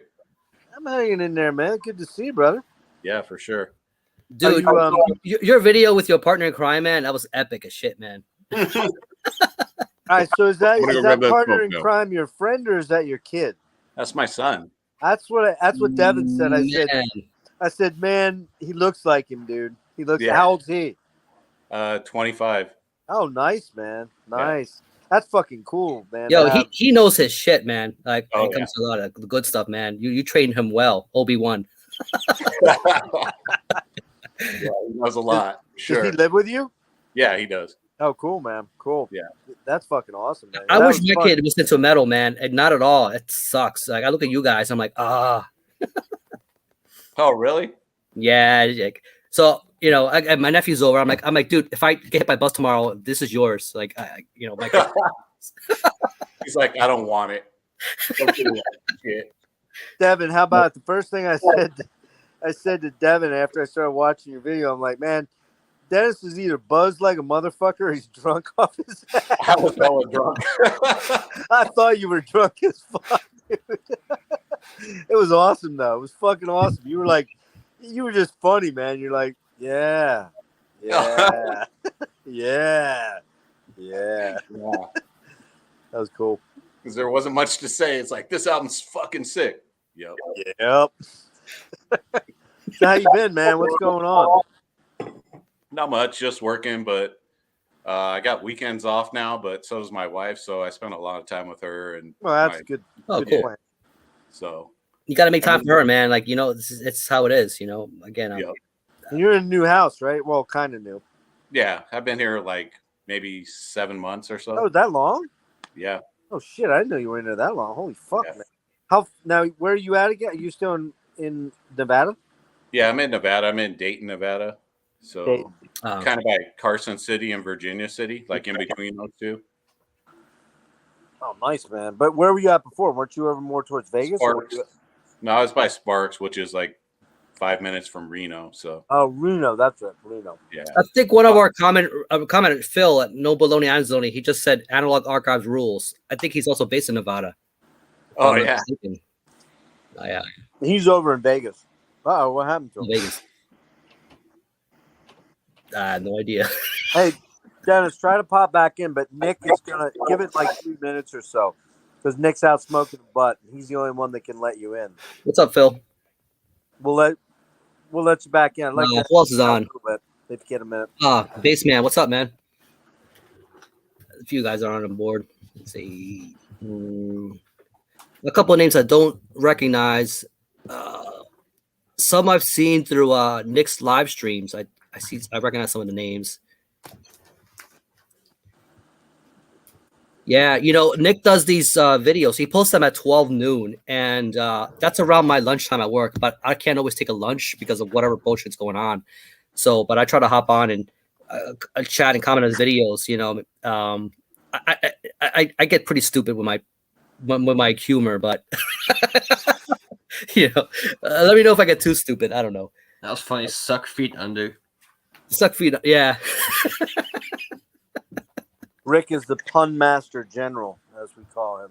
I was debating whether bringing them up, man. I've been slacking, but I'm gonna do Pat's contest, Evolving Opinions, and dude, 6 Feet Under is on that list, man. But I think the only two records that are listenable for me are probably the first two. The first one more, the second one maybe not so much. Other than that, I mean, they pretty much lost me. Mm-hmm. I think his contest ends at the end of this month, so. Yeah, better get on it. Fuck, man. Yeah, so it's a little iffy. Like, I've been wanting to, again, for anybody watching, man, like, it's been a while since I posted a video. It's because I've been involved with all this, the move and stuff and a bunch of other things. So, but I got a bunch of video ideas coming up. I got a new video series I do want to try out. And Brian Arkham is on board, and he's going to be my first guinea pig for this. But Devin, man, if you, I got some plans. So if you want to be part of this, I'll let you know the details. Okay. I tried filming 2 different videos today, and they both ended in disaster. Like halfway, and I'm like, I'm not feeling this. Fuck this. I gave up. Dude, I've done that, man. There's just some days where like I'm not gonna post this. What the hell? Yeah, you're not feeling like halfway through the video. You're like, this isn't gonna be good. Why bother? And sometimes I'll shoot some shit. There's just so many mistakes in there. I'm like, this is gonna be an editing nightmare. Like, I'm just gonna just forego it. You know what? There's a simple way around it. Just point and shoot and go. That's what I do. I mean, granted, if I had a PC I could work on stuff, I would probably do better. I thought about that, but my problem is that I'm too much of a creative brain where like I look at everything from an art perspective. So that's why I get fucking silly with my editing and all that other shit. I'm like, I can't just turn on the camera and just talk. That's it. Like, Nick, there we go. There we go. I was like, did he leave already? What did you guys do? Did you flash some underwear, Jeff? I did. Okay. I was about ready to flash everybody my ball sack, but everybody ran. I don't know, man. I mean, I get it. What's the matter? You don't want to see a almost 56-year-old man's ball sack? Come on. No, thank you. No. Fucking God. exciting shit. Dennis is like, fuck that. I'm covering the screen, man. Save it for the metal madness of the OnlyFans. Hey, Dennis. Yeah. Quick question. I don't know if you heard me talking a few minutes ago. You probably didn't. But I just got on like maybe 10 minutes ago. Just you fucking probably got didn't free. see. So I reached out to Craig LaCicero to join me on my channel. Oh yeah. To do like an interview first of all, and then to get into the 5 forbidden records and talk about them like in depth. So if I do that, I'll reach out to you and see whether you might be interested in jumping on with us, man. But did you ever meet him? Sure. Yeah. No, I've never met him. You never met him? He's on my Instagram. I know that, but he's a fucking cool guy, man. I'm hoping he'll do it, but he may look at me and go, "Hey, you've only got a couple hundred subs. I'm not really into you, dude. You're into me, but I'm not into you." Maybe. I don't think he really cares. Showing the red underwear. What? Well, fuck you. God, can you guys let the fucking red underwear thing die, for God's sake? Holy shit, man. It's permanently etched into my brain. I'm sorry. So man. it really for a life of its own. It traumatized you as a grown man that bad. It did. It's We could that's do- proof we you could do have with some that. power, man. With great power be comes talking great about that. responsibility. Dennis We is could be like, talking about that bottle of pee, that you showed on that one stream. yeah, I fucking showed you my urine in the goddamn emergency room back. That was in pretty hilarious, Come on. though. That was the best Jeff Flex still, I think. What was it? That's Yeah. what? The piss, the Jeff Flex. You showed off your piss bottle, Fuck yeah, dude. That But- was awesome. the red underwear. It was Brian's like, man, that's a weird shade of yellow, dude. Because it was like green from like all the medication I've been taking post COVID. But all right, Dennis. So here's the deal on the red underwear, because I know you're just dying to know what the fuck's going on there. Yeah, I I'm can like, see it in man, your- I really want to know what's going on with that red underwear. Well, God, how long Texas ago is was that? I important. don't know. Maybe like 5 weeks ago. We're streaming here. I'm sitting in my bedroom, dude, and it's fucking. I mean, the heat's on. It's warm. I'm cozied up, man. I just got some Fruit of the Loom, red colored underwear on, nothing else. And I realized I get up to go get something out of the kitchen, and the camera's on, or not the camera, but the phone's on a tripod, and I get up and walk away. I come back, every one of these motherfuckers is like, Jesus Christ, man, did you see him fly? Holy shit, he's fucking showing his red underwear. I don't think I'll ever be the same, man. Oh my God. I'm like, good. it was fucking Lord, mostly dude. laughter. Like, I have a fucking long t-shirt on that's Well, basically we covering just my didn't get a spots. warning ahead of time, man. It No just warning. kinda- You're just like, yeah. by the way, Like, by the way, and we were just kind of left there like, that's all I'm saying. Like, I can imagine it was probably Chuck going, holy shit, did he just stand up and flash us all his fucking sack or what, man? it was Jacob too, because we were both like, I mean, we could both see the expression on each other's faces, like, did that happen? Did we? Yeah, we saw that, didn't we? You bunch Okay. of pussies, Jesus Christ. A bunch of little girls. Oh, man. That's funny. I mean, we were thankful they weren't underoos or anything like that, Just be thankful I had fucking underwear on at all, man. dude. Dude, if you full on fucking like, but if you were just sitting there wearing a shirt and just like nothing else, like, oh, yep, everyone's seeing my dick and balls now. That would have been funny. Now that would have been fucking good, man. So how you like your my, job, then, Dennis? My grandma has a picture of me in these Aquaman underoos Oh yeah. from when I was like 10, and I'm like doing this like superhero pose. Oh sweet, And I'm man. like, what the fuck? Why did I want Superman one. Aquaman ruled. That guy was fucking rad, dude. Hell yeah. How's the job? How's the new job? I mean, you've been at that a couple months now, right? It's good. I mean, it's the same company. I just took a different position. Oh, okay.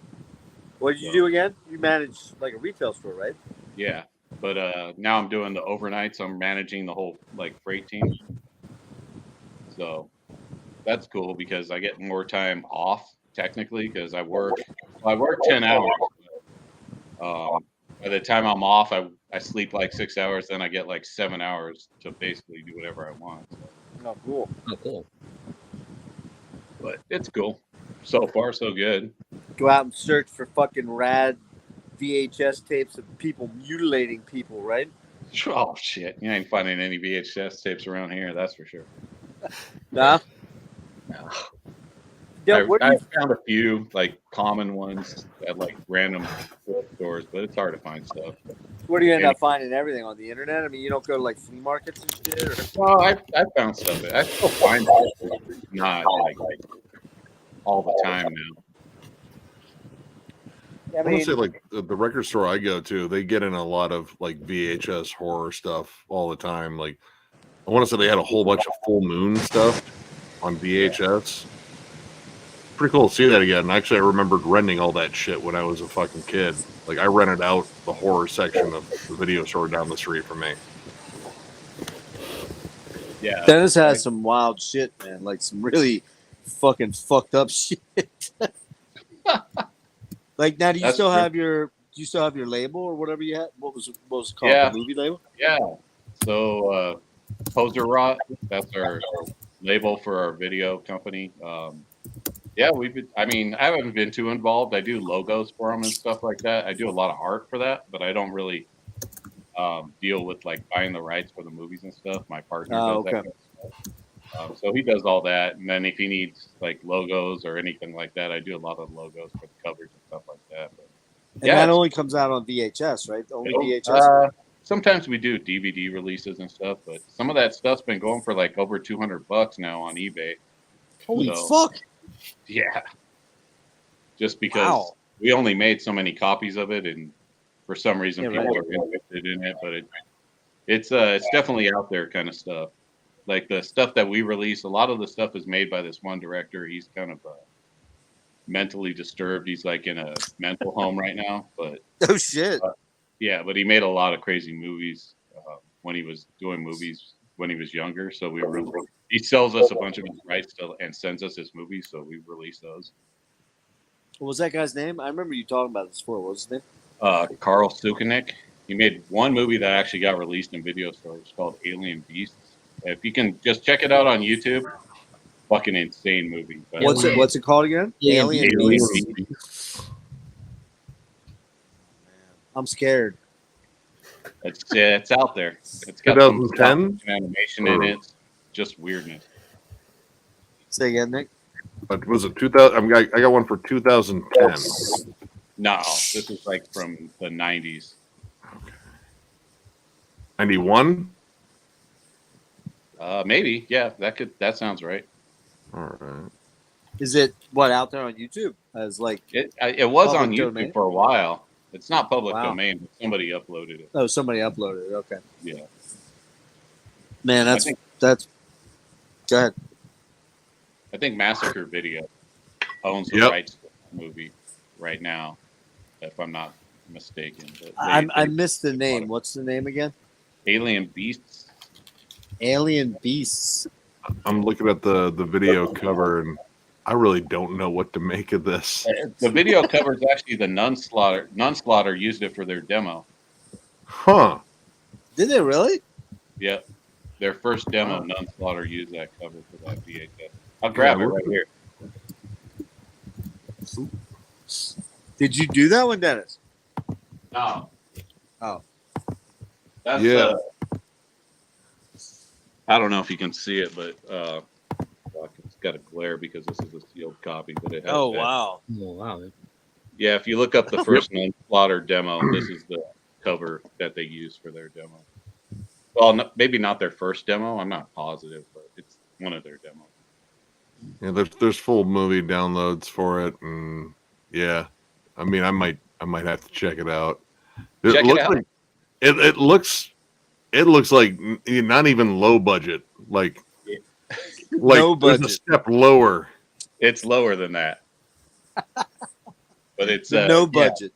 Yeah, it'll trip you the fuck out. Just watch that movie. I'll have to look at it. I'll have to look for it, man. But you guys own that one then, or no? We don't own that one, but it's the same director we bought a bunch of films off that we sell.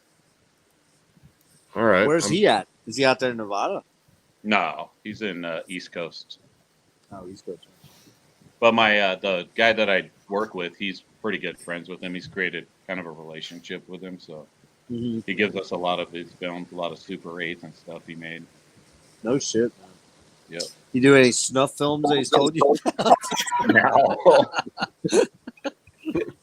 We did release some. She's just acting. We released some like stuff that like Camp Blood, I guess. Like it was it was kind of a popular series. We did part 7. We did Things, part 4, which I know the director that made the original thing, so it's cool. Like, I mean, Things 4 isn't that great, but it's pretty fun, and we released that one, and, the Camp Blood, and then a different movie too that we just. That's sweet. What does it take to get into one of those like really low budget roles, man? Like I've always wanted to be one of those fucking. It doesn't take anything, dude. If you want to be in it, I'll call Dennis Devine right now, and you go to LA, and you'll be in a movie. All right, it's just the cost of the plane ticket. I was just gonna say you're not gonna to come on down and like he'll put me in a movie, or like I can help with the special effects or whatever I want to do. You know, I'm watching some of these movies and I'm like, dude, I know I got better acting skills than this guy or that girl. You know, I'm like, sure. I want to get killed off before the credits, before the movie title even comes up. because the producer gives him a budget. He says, "Hey, how much is this movie going to cost to make? That's going to be like 50 grand. Here's 50 grand. Make a movie." And then he just makes a movie. You ever watch the Evil Bong series? Was that something that you were into? Holy shit! It's in my queue on fucking Tubi. Evil Bong versus Ginger Dead Man. I got a bunch of those movies in. I got it from a sale. I'm going to talk about it in one of my in the near future, man. I'll be right back. Guys. Holy shit! Right back. Wait, wasn't the original Gingerbread Man or Ginger Dead Man? Wasn't that Gary Busey that did the voice? Gary Busey. Yeah. They should have had Gary Busey in there, like just spray paint him brown. It's like, yeah, no, he looks horrifying. Spray paint him brown. Just have him smile at someone. Like, no. Yeah, he's just scary in and of itself, man. Like he could be his own creature. Just show up and smile. You're a monster right there. It just seems like he has too many teeth, or they're all too big. You just got that creepy uncle look, man. It's just something about him. I don't know. Like, go talk to your Uncle Gary. Like, I don't wanna. Don't make me do it, Daddy. Don't make me do it. I don't want to sit on Gary's lap again. Let me tell you about all the people I killed in Vietnam. Yeah, but you were on vacation. I know. What? You have to think that guy was like kind of a popular actor for a minute. He was in Predator 2. Yeah, fucking That's Point true. Break. Shit, dude, he was in a ton of movies. But I think he suffered a head injury from a motorcycle accident. I think they say that's what scrambled him. I don't know. He might have come pre-scrambled. I think there's some actors where like you call them because they're just that guy. I feel like Christopher Walken's one of those kind of people. It's like you're just that guy. Gonna say. You fit perfectly for this. Look, we didn't give Chris the skip. I haven't seen that guy in years. What did he? I know he popped up in something.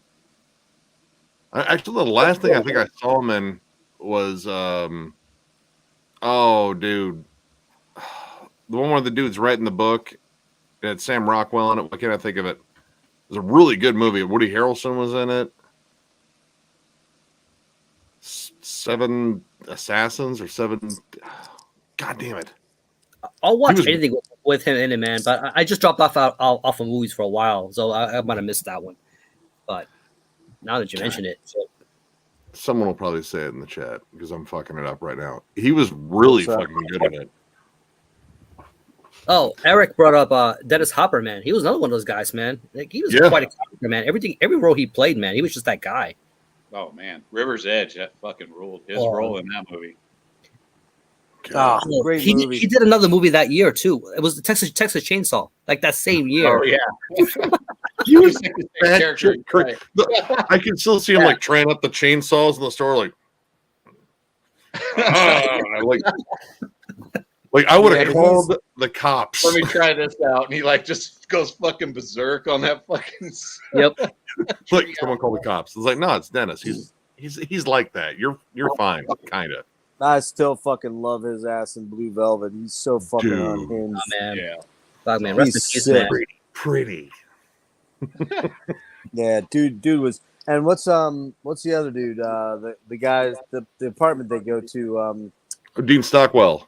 Dean Stockwell, man, where he's singing. Such a fucking freaky fucking scene, man. It's like, that's a movie I can watch over and over and over and never get sick of it, man. Even though I know virtually every line that's coming, before it happens. It's like fucking so good. So what's gonna happen? Dennis Hopper and Dean Stockwell are gonna get high as fuck and beat the shit out of Kyle MacLachlan. Yeah, on fucking nitrous, right? Nitrous. Yeah. Their thing. I'm a huge Lynch fan, but weirdly, man, and I can't fucking believe I'm saying this, but I never really watched Twin Peaks. Like I never I tried when it was on, but it was like I can't remember what night it came on during. Was it Friday nights or something like that? And like we had young kids then. I was like, man, I can't fucking focus. And then I tried to go back when Netflix came on, and I watched about half of it, and I was so fucking weirded out. I was like, man, what the fuck is going on this thing? I can't get it. I binge watched the entire thing when it was on Netflix because I didn't watch it as a kid because I didn't get it. Like I think at that point I was like when I was getting into like more horror, sci-fi, like weirdness, I was just fucking balls deep in Tales from the Crypt. Like I watched that religiously every night when it came out. That's good though. That's good, man. Oh, I love that. That's one of the best anthology series ever. It was so interesting watching these like what you call A actors in these like B roles at the time before anybody knew the hell they were. Yeah. And occasionally you get like, I know Roger Daltrey was in one too. So occasionally you'd have like some like, oh yeah, we have a musician turned actor. Yeah, I forget what his episode was, but I remember he was like an absolute fucking scumbag in it. And you were like, yeah, no, you definitely deserve to fucking die in that. But yeah, Twin Peaks. I don't know. I feel like I'm glad I watched it when I did much later because there's a lot of stuff going on. That you would have missed it as attention to. As a kid or a teenager, you would never fucking caught a lot of that, and you know, it's too esoteric and weird. You've seen this one, Nick, haven't you? What do you want? Is that? Look at the bottom left of the TV. Wait, is that Invasion of the Body Snatchers? Yeah, the Donald Sutherland. Yeah. Oh. Yeah.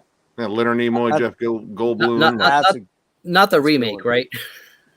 Not. Well, no. Did they do another? They did another remake. Yeah, they made. Yeah, they made a few remakes. It was one. Who the hell was it? There was another one with like I think wasn't Usher in it. Fucking A, man. No, wait. Was that the Faculty? That was he in that? Yeah, that was a. There was one actually called Invasion of the Body Snatchers. There was like a remake of it. I remember. Yeah, well, there was one with Nicole. There's more than Kidman remakes for sure. Yeah. Really? And then I've actually only seen the Donald Sutherland one. I've never seen the original. You never seen the original? Kevin McCarthy? Yeah, good. It's good, man. For a 50s movie, it's great. It looks great. The dialogue's good. It's good, man. It's really well done. But it's not on the same level as the Donald Sutherland one. Yeah. There was Sutherland one is too. What's that? There was one in the 90s too with Gabrielle Anwar. I never saw that one. Man, I'm like stuck in fucking 30s, 40s, 50s, 60s, and 70s, man. I just don't watch. I hardly ever fucking watch new movies. I just can't get into them. Everything's fucking CGI. It's big ensemble casts with fucking people that you're like, what the? That's not to say I haven't watched anything. Like, I'll watch a Tarantino movie because they're usually fucking good. Or like, I think the last movie I saw was the one about the Hollywood story about Sharon Tate, Once Upon a Time in Hollywood. Oh, yeah, that.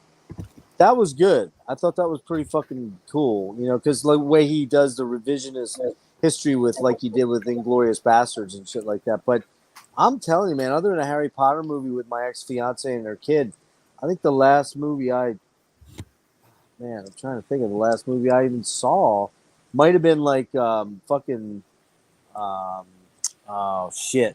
Zodiac. With Robert Downey Jr. Gyllenhaal.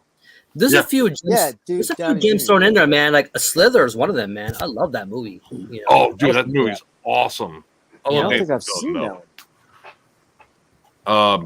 Actually, I've been watching Monday nights. I go over to my buddy's house, and our ritual is like he and his wife and his kids and I. We watch BattleBots, which I'm completely fucking hooked on that show. It's awesome. And if I actually have the technical know-how, I would build one, but I don't. So there's no BattleBot. What do you guys think of Cabin Fever? For me, it's the first one, and I could not get into the sequels at all, man. I didn't watch the sequels. I just saw the first one. But we watched a show on Netflix right now called Midnight Mass. And if you haven't checked it out and you like Stephen King-like stuff, it's a really good slow burn. It honestly kind of reminds me a bit of Salem's Lot. Oh, okay. So yeah, it has like an old school appeal. There's not a lot of like lavish special effects. In fact, the entire setting is an island, It's an island like kind of off the mainland, and it has like a society of fishermen, and they're all kind of down their luck, and then weird shit starts happening. But it's well shot, well acted, and like I said, not a tremendous amount of like CGI or anything. Like it's mostly just I'm good trying to direction. remember, was Salem's Lot 79 or 80?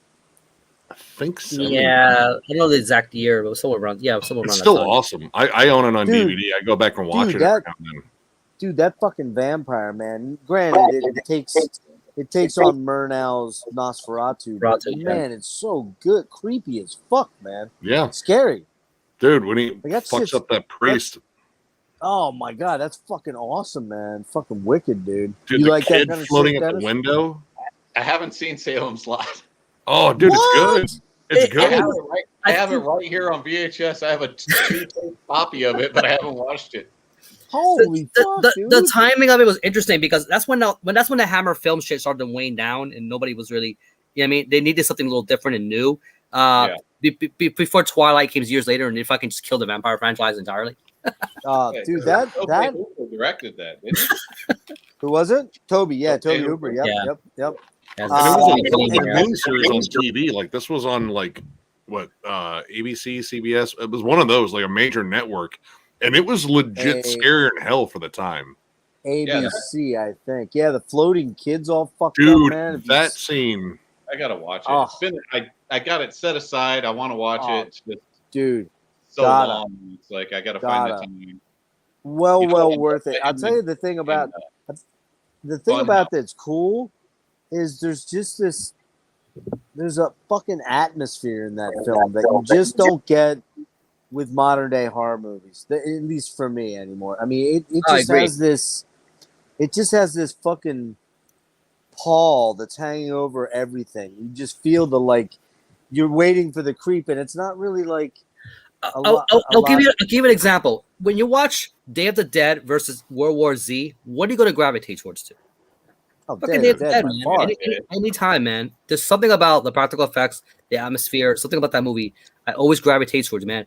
I watched World War Z once, and I never want to revisit it again. You know, it's just not something that. Nah, dude, Day of the Dead, probably my favorite of that franchise. Oh, Dawn's. That's Oh, Dawn. Man. Dawn is what Yeah. I meant. Dawn is what I meant. Yeah, Yeah. Dawn. I like, Day I of the like Dead's them good. both, man.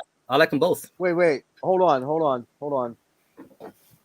My olds is kicking in right now. The olds are kicking in. Which is the one where they're in the helicopter and they're in the compound? Dawn of the Dead. that's the That's wait. Dawn. Compound? What do you mean by compound? That could be Day of No, the Dead. the mall. Like the mall is the where they're at in underground- Dawn. No, that's Dawn. Dawn is Yeah. okay. Dawn is the mall. Day of the Dead is the one where they're underground at the compound, Yeah. right? Yep. That's Yeah. my favorite one, man. And I Dude, love Dawn too. The dude getting his head peeled back from the fucking roof. I Oh. love that. Yeah, That's great practical effects right there. the one with the Goblin soundtrack. Oh, Yes, that one. fucking goblin, man. This fucking hey, Oh, check shit. this out, Dennis. This fucking cool guy I know I don't know him. sent this to me. Sent this to me for my birthday, man. It's a fucking 600-page fucking book on Goblin, man. I mean, how fucking rad is that shit, huh? Fabio Capuzzo. Yeah. I didn't know they had that many logos. I think it's Oh, this yeah. dude named. I think it's this dude named Rick. Don't tell him he's cool, right? What? Oh, Rick sounds like a I cool gotta guy. So he clearly isn't hanging out with us because, I mean, seriously, Well, if you're cool, you don't come here. Who's yeah, that you guy? definitely don't. You definitely don't come hang out with these fucking nerds here, man. Come on, seriously. He's got better things to do on a Saturday night, man. Totally. It's a good thing he's not here. Let's make fun of him. He's jerking off to Pornhub right now, like all guys. Yeah, that this sounds about age. This is way better than fun. hanging out with some losers talking Hey. about movies. Hey, here's a funny story. Here's a funny story, guys. No lie, this is true. Last night or yesterday afternoon, I'm sitting here watching. Actually, I don't know. I was watching something, and I don't know. I was probably doing something on YouTube. Oh, I was listening to Voivod because I was getting ready for the Voivod thing tonight. And my dad comes in and goes, "Hey, can you help me with something?" I'm like, "What's up?" And he hands me his laptop. Right, it's got like a Chromebook. And he says, I just bought something on eBay, but it says it's shipping to our old address. And I look at him like, yeah, it's because you fucking didn't change the shipping address. You had stuff saved in there. It just went, I'm like, what do you want me to do? And then I look, all these fucking pop-up windows start coming up for fucking sex fucking sites. And I'm like, hey, Pop, I can't change your fucking address on here because all your fucking porn sites keep popping up on here and fucking me up, man. I'm like, what the hell are you doing in your spare time, for Christ's sake? He doesn't use ad blockers or nothing, man. Yep. Are you fucking living on fucking porn sites or what, dude? I'm like, holy shit, get on and get off. It's real simple. It's a real simple concept. And he goes, I haven't seen a real woman in 11 years. He's got a good point, though. I'm like, you're jumping too quick to like, well, what's this? Elbow deep in Asian teens. I don't know. I want to order this stuff on eBay though. What's this midget thing, man? I don't know what is that about. Like, I'm like, Dad, they're coming in so fucking hot, I can't stop them, man. What the fuck are you doing? Just like, was he getting a lot of variety in there, or just like one type? It was fucking like Russian girls and fucking Asian girls and shit. I'm like, wait, how old is he? He's in his 80s, isn't he? He's 81. Yeah, so like these 60-year-old grandma's porn must be like they must be the youngins for him. I'd imagine. Well, my dad has kind of high aspirations. I'll tell you another funny story. So, 4 or 5 years ago, I was a girl that I went to high school with. She and I started kind of having a thing, right? And the problem is she's married. Okay, hang on. The problem is she's married unhappily, and she was trying to figure out how to get out of her marriage. And I'm like, I've only done this one time in my life, mess around with somebody married. I'm not recommending it. It's not cool. But there were some issues there with her husband. So long story short, my dad, I say to my dad's like, what's going on with you guys? Are you banging her and blah, blah, blah, blah. And I'm like, nah. I said, Dad, it's none of your business. And, she's married and we're, I'm trying to play it off like nothing's going on. And this motherfucker one day calls her up and asks her out on a date to go to fucking lunch and starts telling her he's in love with her. Are you fucking kidding me, dude? You can't fucking write shit like that. I'm like, what? She calls me up. She's like, Jeff, oh my God, your dad just, he just brought me flowers and a watch and all this shit. I'm like, what the fuck? What? The bird dog your quail, man. She's like, I don't want to upset him and but I didn't do anything to encourage this. I'm like, I know you didn't. He just thought you were open to heart. Now she's 55 now, my age, 56, and he's 76 or 78. So long story short, things carry on for a while, and finally one day I say, "Hey, Casanova, quit fucking trying to hook up with my married girlfriend, dude. What's up, Chuckles?" Hey, guys, how you doing? My married girlfriend. Yeah, no, that's yeah. But then, did you fuck her husband though? That's what ended up happening, didn't it? That was part of the deal, wasn't it? That was initiation. Wait, say what? Wait a minute. Did I just jump in at the wrong time here? You might have, yeah. Or the right time. Good. Okay, I'm out. Devin, what did you just say? Don't leave, Chuck. We haven't talked yet. Come on. Wait a minute. Hold on. Everybody be quiet for 1 second. Devin, what the fuck did you just say to me? Did you say what I think you said to me? Maybe. Yeah, I fucked her husband. Of course I did. I figured I'm fucking one. I might Wait. Devin, you got a husband? You're not telling us about? Yeah. Well, the question is, are you wearing the right underwear, the right colored underwear? That's right. By the way, I'm just going to let you guys in a little secret what I got on. Woo, look at that shit. Hey. Well, there goes the PG-13 rating. Yeah. Bunch of weenies. They're going to flag this for tomorrow. I just know it. You haven't seen Sunshine, Jeff, since like fucking September. No, I haven't, man. No, I haven't. That's hard to do when you got a fucking terminal disease that's kicking your ass. It's hard to get out in the sun. Well, that's true. Plus, when the winter weather that you have back there in the east. Although, dude, today it was fucking 80 degrees here. It was gorgeous, man. It was oh my gosh! Yeah. It rained all day here. It was cold. I still wore shorts. Hey, Chuck, do you remember this guy down here? Down below me here. Oh, where's that? Right there. Wait a minute. This guy? Quit trying to That poke guy. his skull. Now the other way. That guy.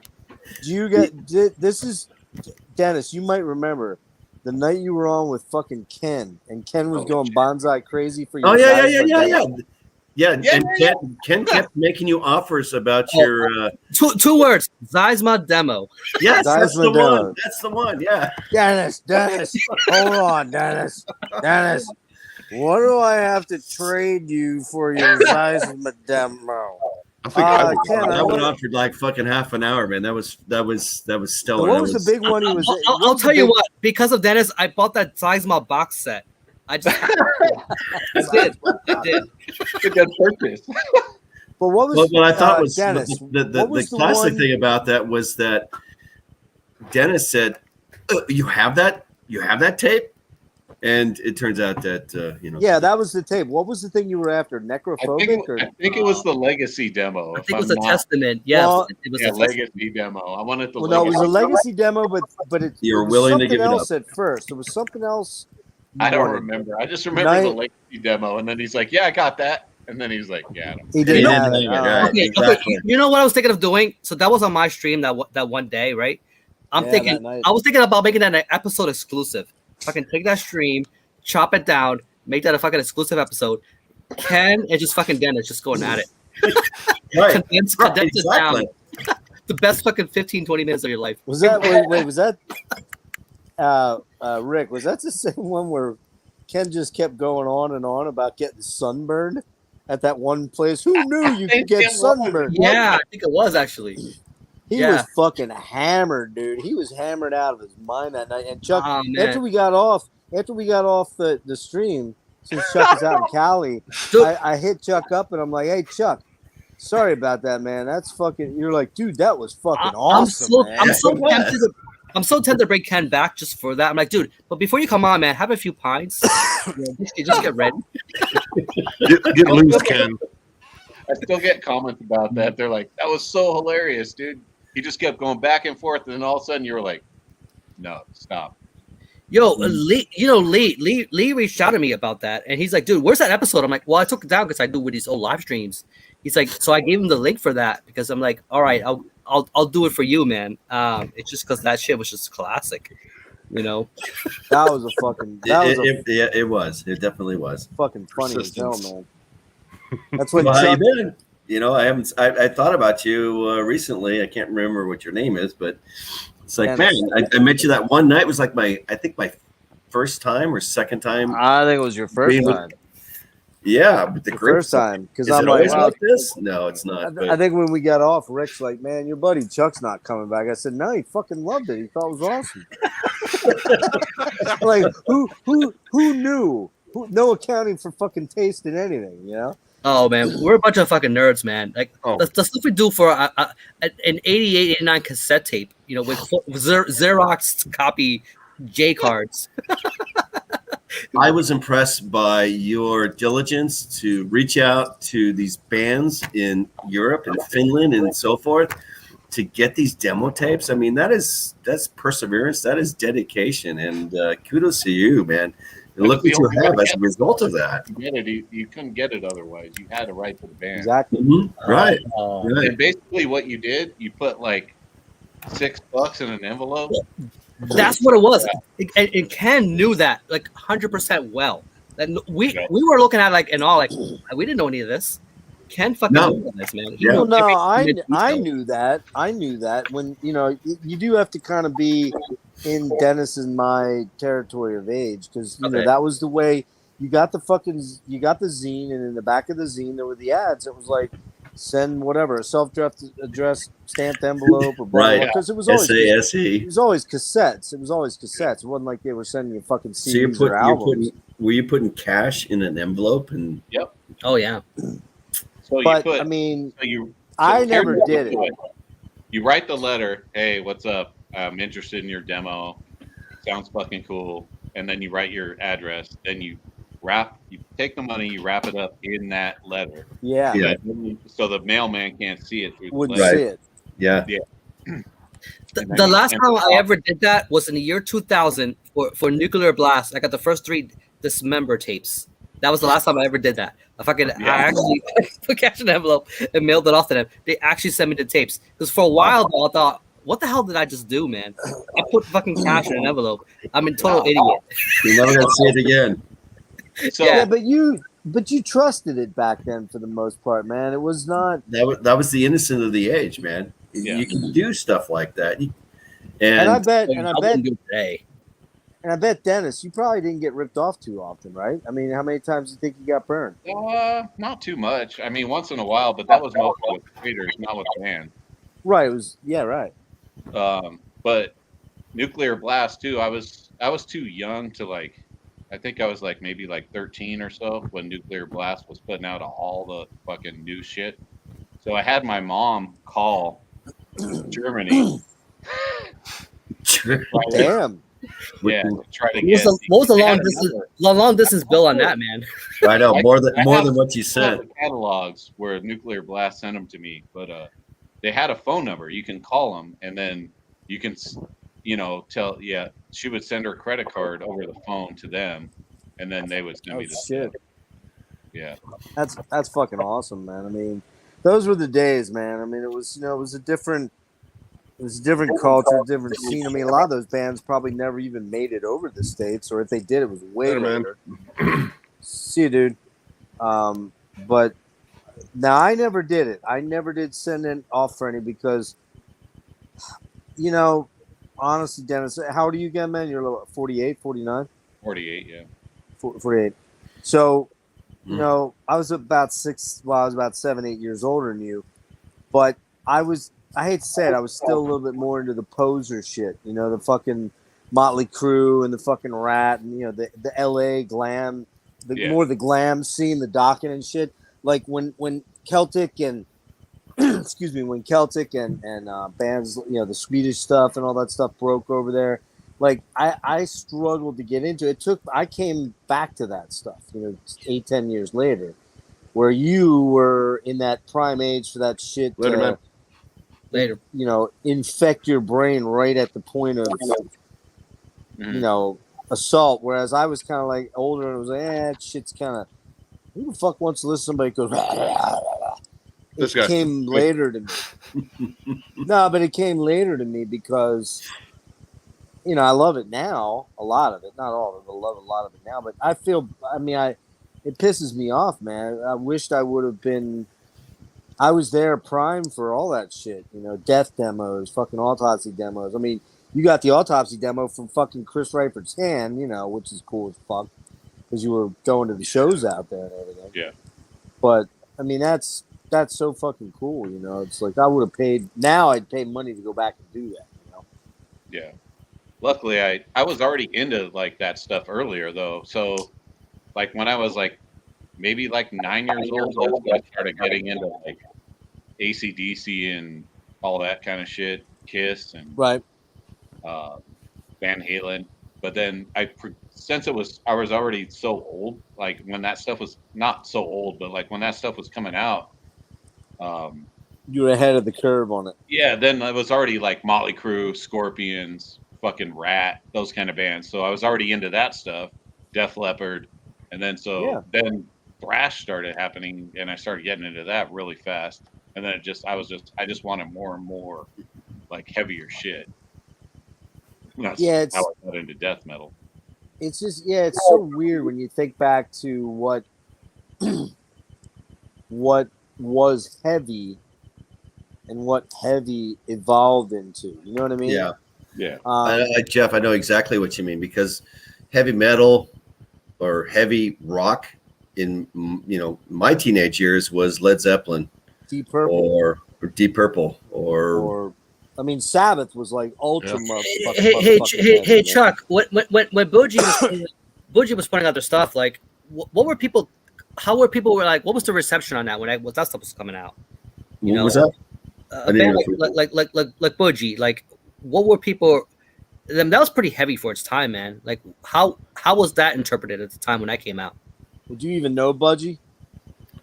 I don't think Chuck knows Budgie. No, I don't know them. Yeah, you got to keep in mind, Rick, that Budgie was primarily big over in Europe. They didn't really make it big in the States. Although much. that name is ringing bells for me. Well, because you saw it on Red my Band. Instagram, that box set with Roger Dean artwork.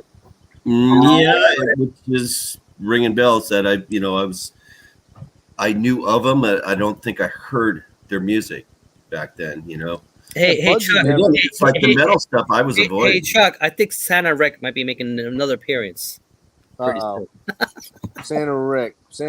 That fucking Santa Rick dude's everywhere. He's It's like- annoying, man. He just pops every now and then. But Good thing we got Angel Rat Rick. Angel Rat Rick's pretty fucking. we have Angel Rat Rick's a motherfucking bastard. Look at that guy. He's evil. oh man, that guy. Angel Rat Rick has had had a a little too much couple wine glasses of wine. I was going to say Angel Rat Rick is pretty goosed on wine right Oh, now. now I see what you're talking about. It's empty. Oh, He's like, he's like, He's not even in the studio with his albums and stuff. He's in the kitchen. He's at his kitchen. he's a Santa cheap Rick's coming to maximum Rick. visit all you guys. Just make your list. Santa Rick's coming later tonight. So can I share some of the stuff I okay, back up for a second here. The vinyl album collection that I've been sharing with you guys. I went over and spent a few hours with my friend who brought me into this whole thing. He has all the CDs and I got all the vinyl, and we're going through the CDs today, and I found some interesting stuff. And I was wondering if I could just share it with you guys. Yeah. Sure. Let me blow you up If here. you pull out a Shania Twain CD, I'm coming out there and kicking your ass. All right, Chuck. I like this damn. I feel like a woman. Oh, look at that. Ooh. Yeah. There you go. Oh, there you go. Yeah. Slipcase version. Yeah. Yep. I have But that. what the hell is this? This is just like self-titled. No, that's her first Created? album. That's why it's her first album. Oh, okay. Yeah. I don't know that. Absolutely I amazing. do now. And I know that now. And then this one was another one that came up. Oh, Good title Oh, track. I like that respawn. Great title track. The rest of it's It has like kinda 3 good songs. The rest is kind of not that good. I like that one. Thank you for that, Devin. I appreciate that. This was in there too. I'm a Yes fan. So here's I have that Union one. album. Yeah, I know. It's just like I saw that tour. It was cool seeing Bruford and Alan White on stage in the round and stuff. Yeah, I think it's kind of a clusterfuck pop album. There you go. Cheap Thrill, Oh. Frank Zappa. Nice. It doesn't stop there with the Zappa. Apostrophe. Good one. Ah, Great one. Mothers. Recognize that? It's That's a good one. yeah. We're only in it for the money. Mm-hmm. Freak Out. That's a good one. And of course I have to throw this one in. American Beauty. American Reality. I only have 2 Dead CDs. That one and Working Man's Dead. And those are the only 2 you need, Jeff. Yeah, I know. Ever. Oh, I But know. have you Trust guys me. heard of these? There was a lot of compilation or samplers that were in there. Preset. Um, Huh. This one has Bauhaus on it. That's the one that jumped out at me. what year was that? This is on Red Eye label, and it does not have a year on it. But I'm sure we can research that and find out. This was, I don't know what the year was on this. Cool label though. Industrial Strength. Yeah, those samplers ain't worth much though, unfortunately. Yeah. Oh, dude, there we go. I know Victory. I didn't know you had some hardcore there, Chuck. 2013. There's hardcore was. a fucking lot more.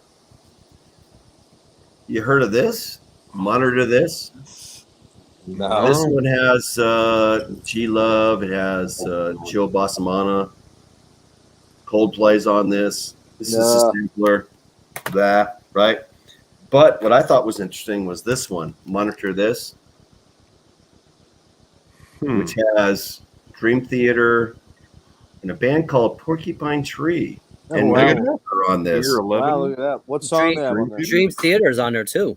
Yeah, Dream Theater is Constant Motion. Megadeth is Sleepwalker, and Porcupine Tree is Fear of a Blank Planet. So it's gonna be like what, 2004. 5 or 6, yeah, somewhere in that range. 4 maybe. Yeah, for these samplers, they don't have the dates on it, but and this was another one that was in there too. Oh, that's Oh, good. nice. Oh yeah. Live Rainbow. Oh well, this That's is greatest hits. not live. It's That's more. great. It's more of a compilation. That's greatest It's hits. like Greatest hits. Yeah, Greatest I have hits. that one. songs. It's got both eras. It's got the Dio, non-Dio stuff. Yeah, it would, yeah. Well, there's like the first one, the first 2 cuts with Richie Blackmore, and then everything else after that. Well, Blackmore is in every thing on Rainbow. He's the guitar player in it's Blackmore's Rainbow. But you only give him credit on the first 2 songs Oh, that's weird. for whatever reason. Very strange. Yeah, I know. Huh. So you got some cool shit, huh? Well, that's just the beginning of it. Where's the fucking Cannibal Corpse, bro? Yeah. Well, there was in this mix. There was one Cannibal Corpse CD in there, Really? and my friend's like, "Cannibal Corpse." I had heard of them. I was like, "What, dude? They just played like in Berkeley like last Friday." And he goes, "Yeah." Anyways, so fun stuff. Cool, man. Yeah, dude. I was like, when I looked at that label sampler for Victory Records, I had to think about when that label shut its doors finally, because it wasn't that long ago. Like, God, when was it? You know what though, Chuck? I'm kind of sick, and there wasn't a Zeisma demo in there, so you're kind of. I will just give you don't 4 human kidneys. Don't ask me And where I got them. Oh man, that'd be And hilarious. a newborn fetus. It's all right here in the cooler full of ice. Sold. Cooler full of ice. Yeah, it's dry ice though. Is that okay? Of course it is. They'll be It's fine. even colder. Please It's even don't chillier. appreciate. No, truthfully, I have not seen or talked to Ken. Honestly, maybe since that night, man. I don't think because he stopped coming around on the Saturday things when Nick was still doing them, young Nick, and he just then he started doing his own thing on his channel, and then He's been pretty consistent. He took a little break for a I while. mean, you went on one of his streams when he was doing the YouTube appreciation thing that night, but Yeah. I haven't talked to Ken in fucking probably pushing a year because that was about a year ago, right, Chuck? When that was about April or late April, maybe. Jeez. Yeah. That's when I jumped in. That was like the first one, I think. Yeah, maybe. Has it been a year? Shit, man. Yeah, Time dude. flies. Time flies when the whole I don't think it's been. Well, we're close to April, so yeah, it's almost been a year. Yeah. If it was indeed April. Damn, I've been doing this fucking with you guys since April. Man, that is in no way lame, right? That's what you're gonna Yeah. finish that with, right? It's been, about Right, 12 Chuck? months. Yeah. Right? Keep saying right. And You gotta Chuck, be more. and Chuck is still no more closer to Cannibal Corpse. Yeah. 12 You months. gotta be We're gonna more listen to aloof, Kirk. like you gotta be more aloof, like Dennis, and be like, "Yeah, guys, I'll join you." And then 7-8 invites later, it's like, "All right, I'll pop in." It's That actually built some cred in some sort of weird way, you know. yeah. We have. They're always chasing after me. We have some good times, man. Now I gotta try. I mean, I don't know what my timeline is gonna be here. It's probably not very good, but I really wanted to get Dennis on one. That's why I'd love to have you if I could get Cicero on. That'd be badass because you guys are the same age. I think he's like 52, 51, 52, and you guys were in that scene at the same time. And I could just kick back and be like, "Fucking go, guys!" You know, because you guys probably ran a lot of the same shows back then. I would think. Probably. Yep. And Ruthie's or Mabuhay or the Stone or whatever. I mean, that shit's gonna be. I think you nailed it, man. One thing you can count on with Dennis is he's got the stories, man. He'll bring the stories, man. Oh yeah. I saw Forbidden when they were Forbidden Evil when they played with Slayer. With Rob. Was Rob in the band still? Flynn? Of what? Flynn. Was Rob Flynn still in Forbidden Evil? I don't Because see, he was on. Rob Flynn was initially in Forbidden Evil with Craig. Okay, I and don't then think there he was a. I don't think he was in that. I don't Okay, he remember. might have left. He might have left then by then.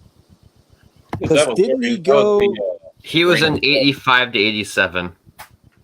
Flynn was. Yeah. Wow, I didn't know he was there that long. Didn't he leave to go to Violence? Yep. Yeah. Right. And then he left Violence to do Machine Head. Yep. Yeah. Now, yeah. Did you, Nick? Did you get the new Violence or no? I finally ordered it. It was out for a while. Like I couldn't fucking find a CD copy, but I heard I there's got some it. good riffs on there. Dude, it's got a lot of good riffs in there. And honestly, like, I'm not the biggest fan of Sean Killian's vocal style. Like, I Neither am I. love That's Eternal my Nightmare. first. That's my first disclaimer of Violence, man. I go, look. This is a fucking classic thrash or whatever, man. But Yeah. Sean, just let you know ahead of time, man. It's just one of those. It's just one of those guys, man. You got to be attuned to it. Yeah. You tough. ever been You like trapped him, in a Dennis? city bus where someone is just yelling incessantly? That's kind of Sean. But honestly, he sounds a lot better on here. And I think He's there's just singing. a more controlled range. Yeah, he's singing a little bit, almost. Kind of. He sounds vicious too. Like the delivery, he just snarls and His voice is probably just deeper in general, just because he's older. You know. Yeah. Like, just that alone will probably do it. Are you for into a guy that, that just Dennis? got a You into liver Violence though, transplant, or no? What? The new Violence? Just any the- Violence. You Oh, like I love Eternal old Nightmare? Violence. The first two records, for sure. The new one, it's all right. The riffs Yeah. are cool. His vocals are not as good. I feel they're not as good for some reason. They're like more toned down, I guess.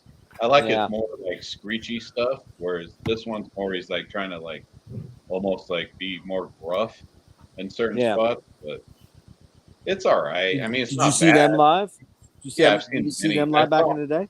So the what is that song called? World in a World? World within a world. Yeah, I was at the video that they shot for that. I was at that show. No shit. Really? Yeah, so there's a kid in the pit with a helmet on with a camera. That's in the video. You can see him running in the pit. He has a camera on it. He's wearing a helmet with a camera on it. No Way before shit. GoPros. Yep. It's like a little fucking VHS camera. Yeah, I was gonna say that was way before. He was GoPro. top heavy. A little VHS camera. They were like this big. Yeah, I know. Man. all right, can you throw up there, our little sacrificial lamb? I'm not My name's sure, but Tim. it wasn't Won't huge. matter. It wasn't Did it have a JVC logo on it? VHS fucking size fucking Oh, camera on man. your head, man. Just Where remember was you that break it, at? you buy it. Wait, what? that was that. That's Stone. Yeah. Yeah, remember, Chuck?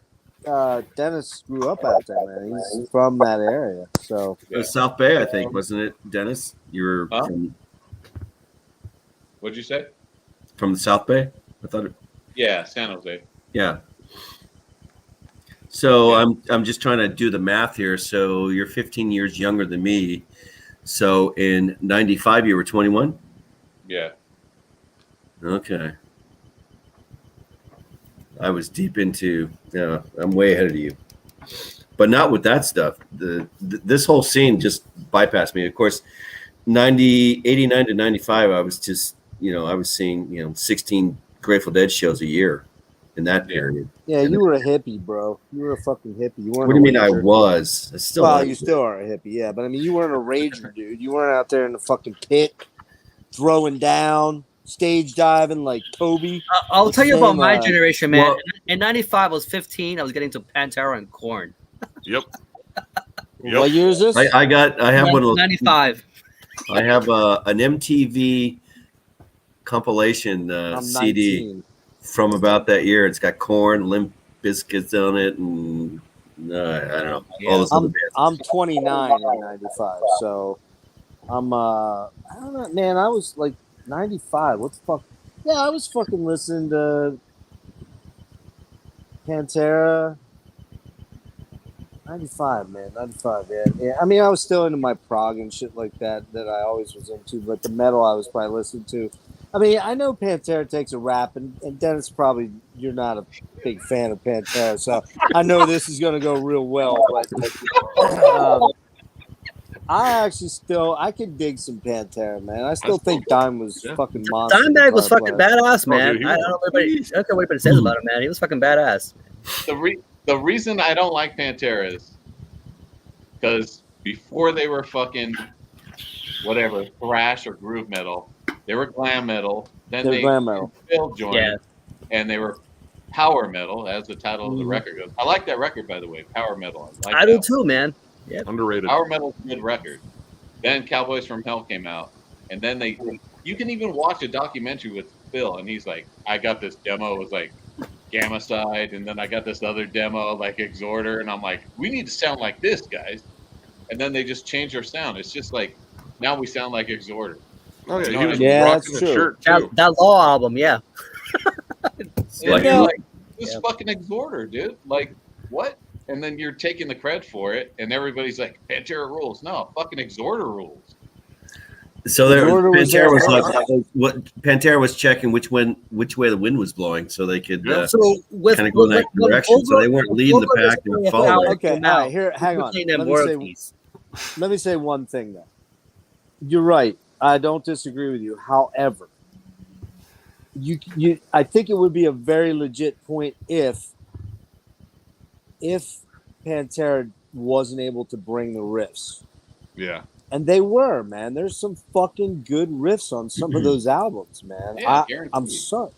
Well, even Kyle Thomas said, like, yeah, I mean, they definitely borrowed some stuff from us, but honestly, he even says, like, I think they did a lot of it better. And that's why they got bigger.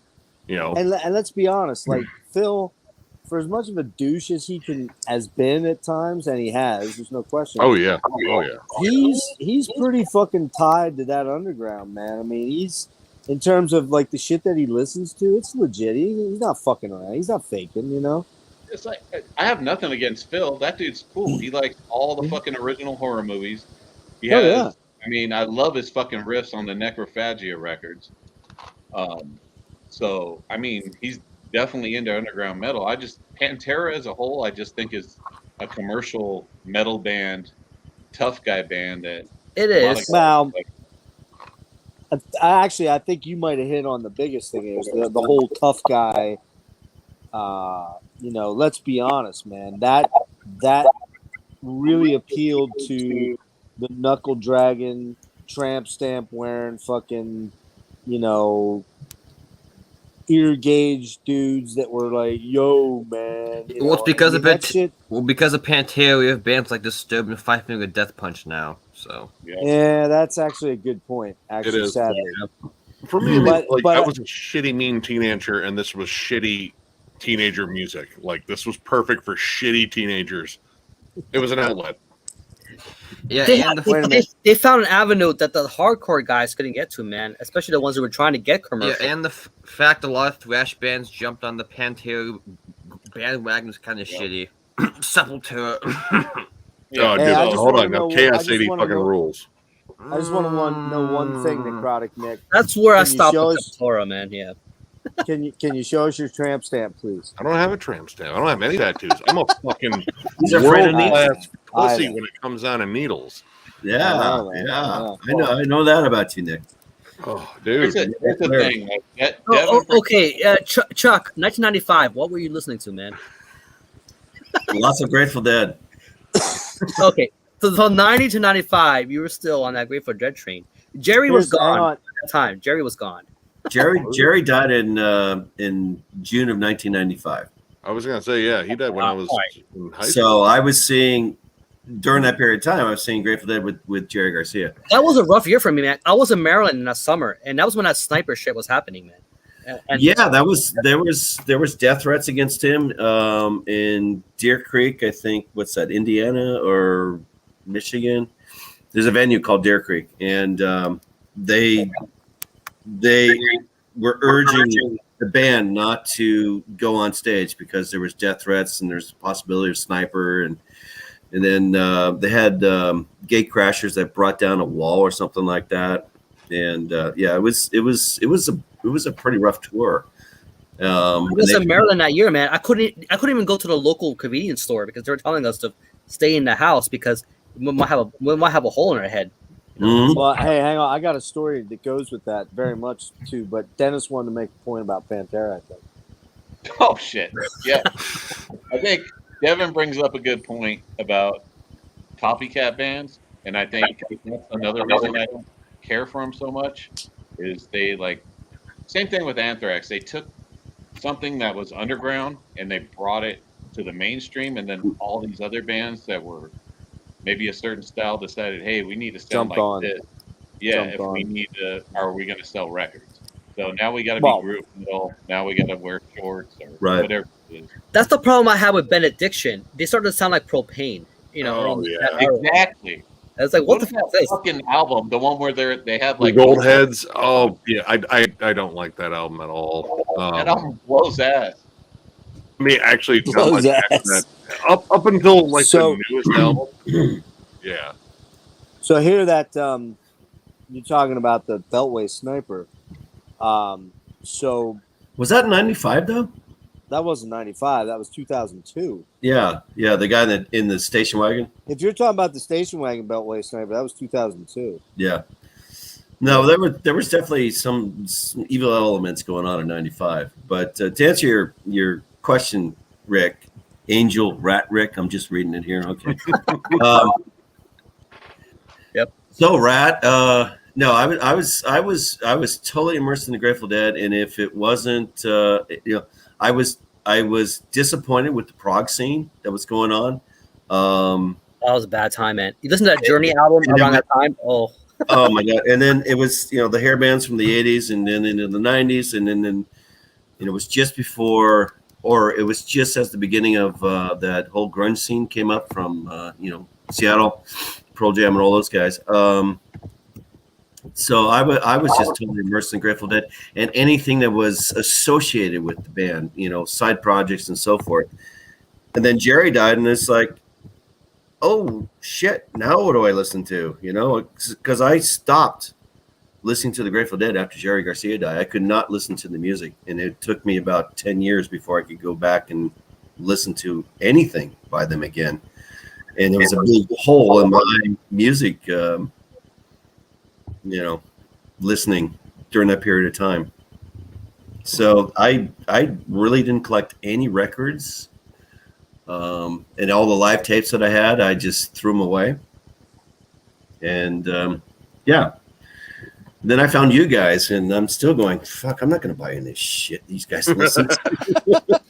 He's still, hey, I was just going to say, don't let him fool you. He didn't buy Torn Arteries, I guarantee it.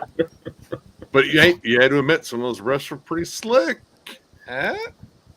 You know what's sad? I still didn't. I do have about 100 live Grateful Dead cassettes. It only makes sense, Rick, to just add more shit. Wait, you do, Dennis? You have 100 live? Come on, for real? Oh, I do. Yeah, because I bought a big ass CD rack, and it was filled with Grateful Dead like live cassettes that no shit. I guess the fans had made, and they have almost kind of like Xerox covers and stuff for different. Yeah, they there was a whole network of fans that were trading live tapes, and there was a taper scene. So you had we had a section of tapers. They actually would sell tickets for tapers who would go into the shows and set up their mic stands and record the show, and then they would trade the tapes afterwards.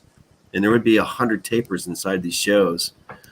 And I was involved with that. I was trading tapes with these people, and there was all on cassettes, and then there was in the parking lot people that made the cassette covers, so you can, it was just this whole fucking great scene.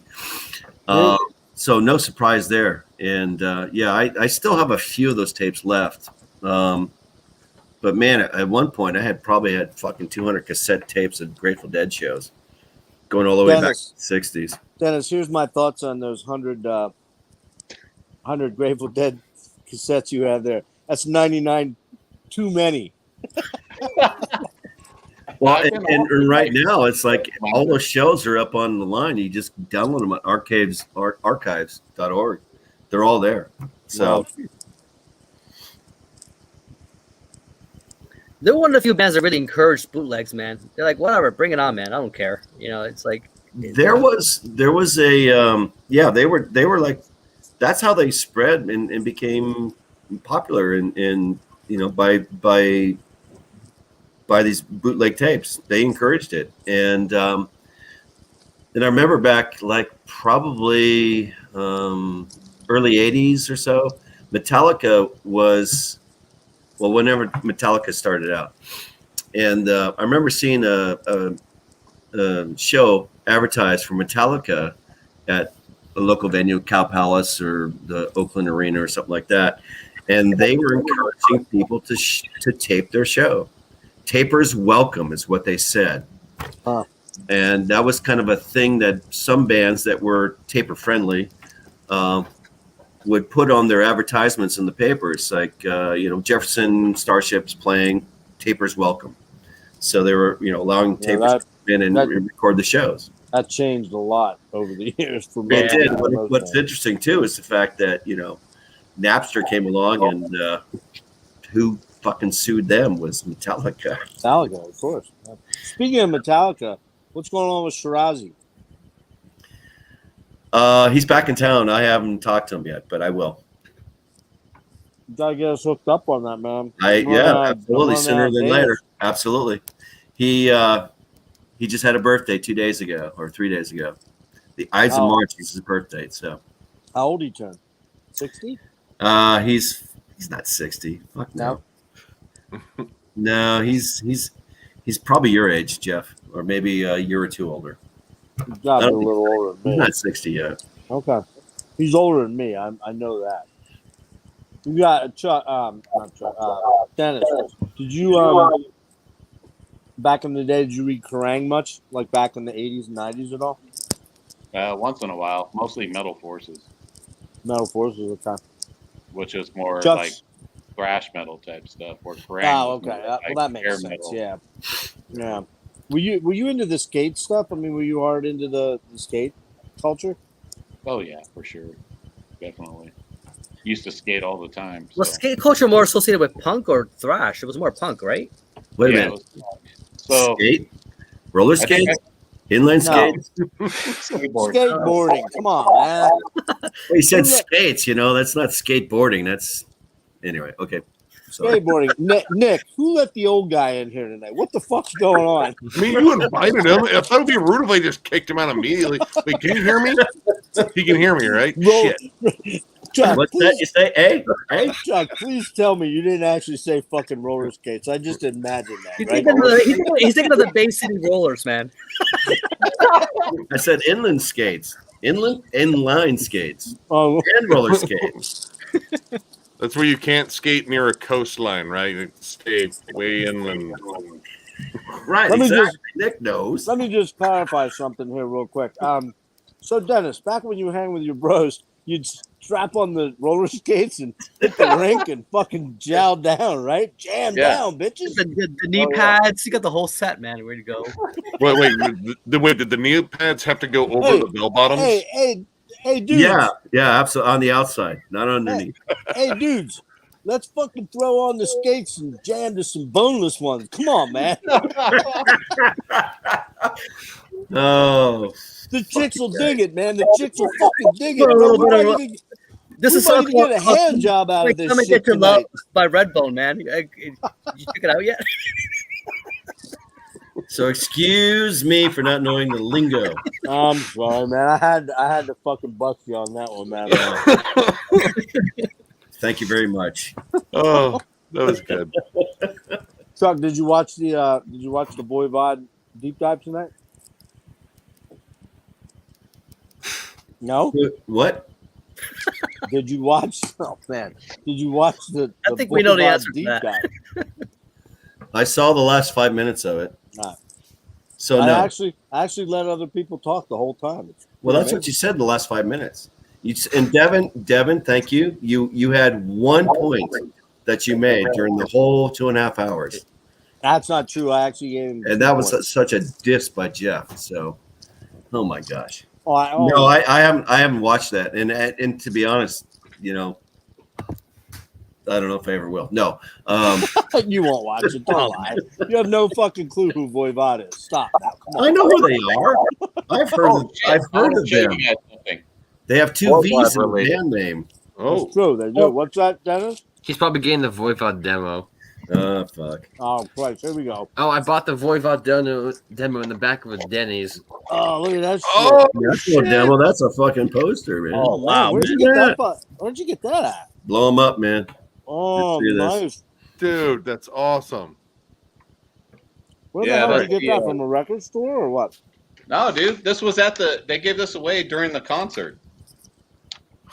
Oh, yeah? What concert? Killing Technology tour. Ah, Where'd you see that at? Do you remember? It was in San Francisco. I don't remember the venue though. when was that? Oh no, I'm sorry. It was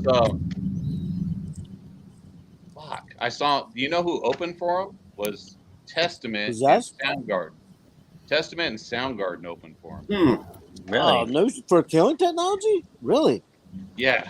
It was a Yeah. fucking weird show. They were the openers for that Soundgarden. Wow, that's wild. Yeah. Well, wait, Soundgarden. wait, Nobody what year knew was who that? they were. He was killing It was like technology to be Soundgarden. 87, 88. Yeah. Well, Soundgarden, that but would've nobody knew who they were. And Okay. Yeah, like Bad Motorfinger also didn't come out yet. Okay. No, that was No, Bad Motor 91. Finger wasn't even near yet. Loud Love hadn't even come out yet. Wow.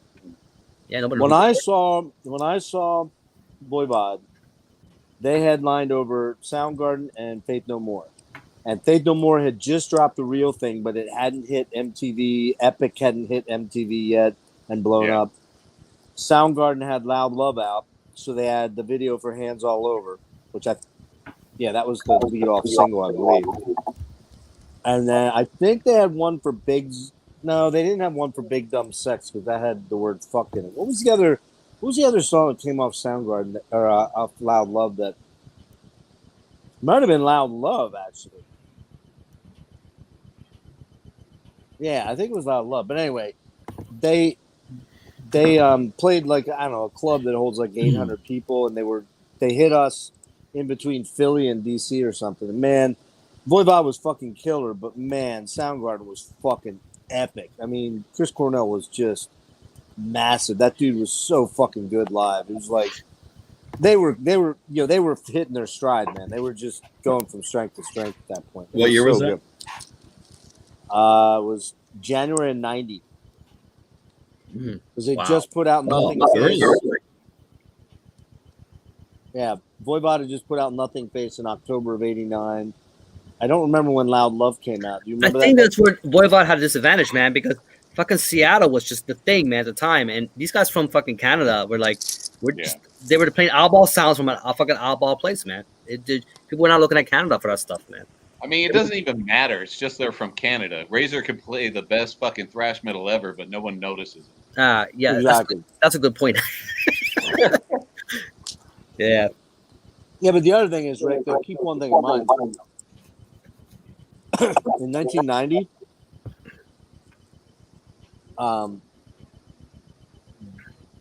Soundgarden hadn't yet exploded. They were only starting to with that album. Alice in Chains just was coming out with Facelift, which would have been in August of '90, so that wasn't even out yet. Yeah.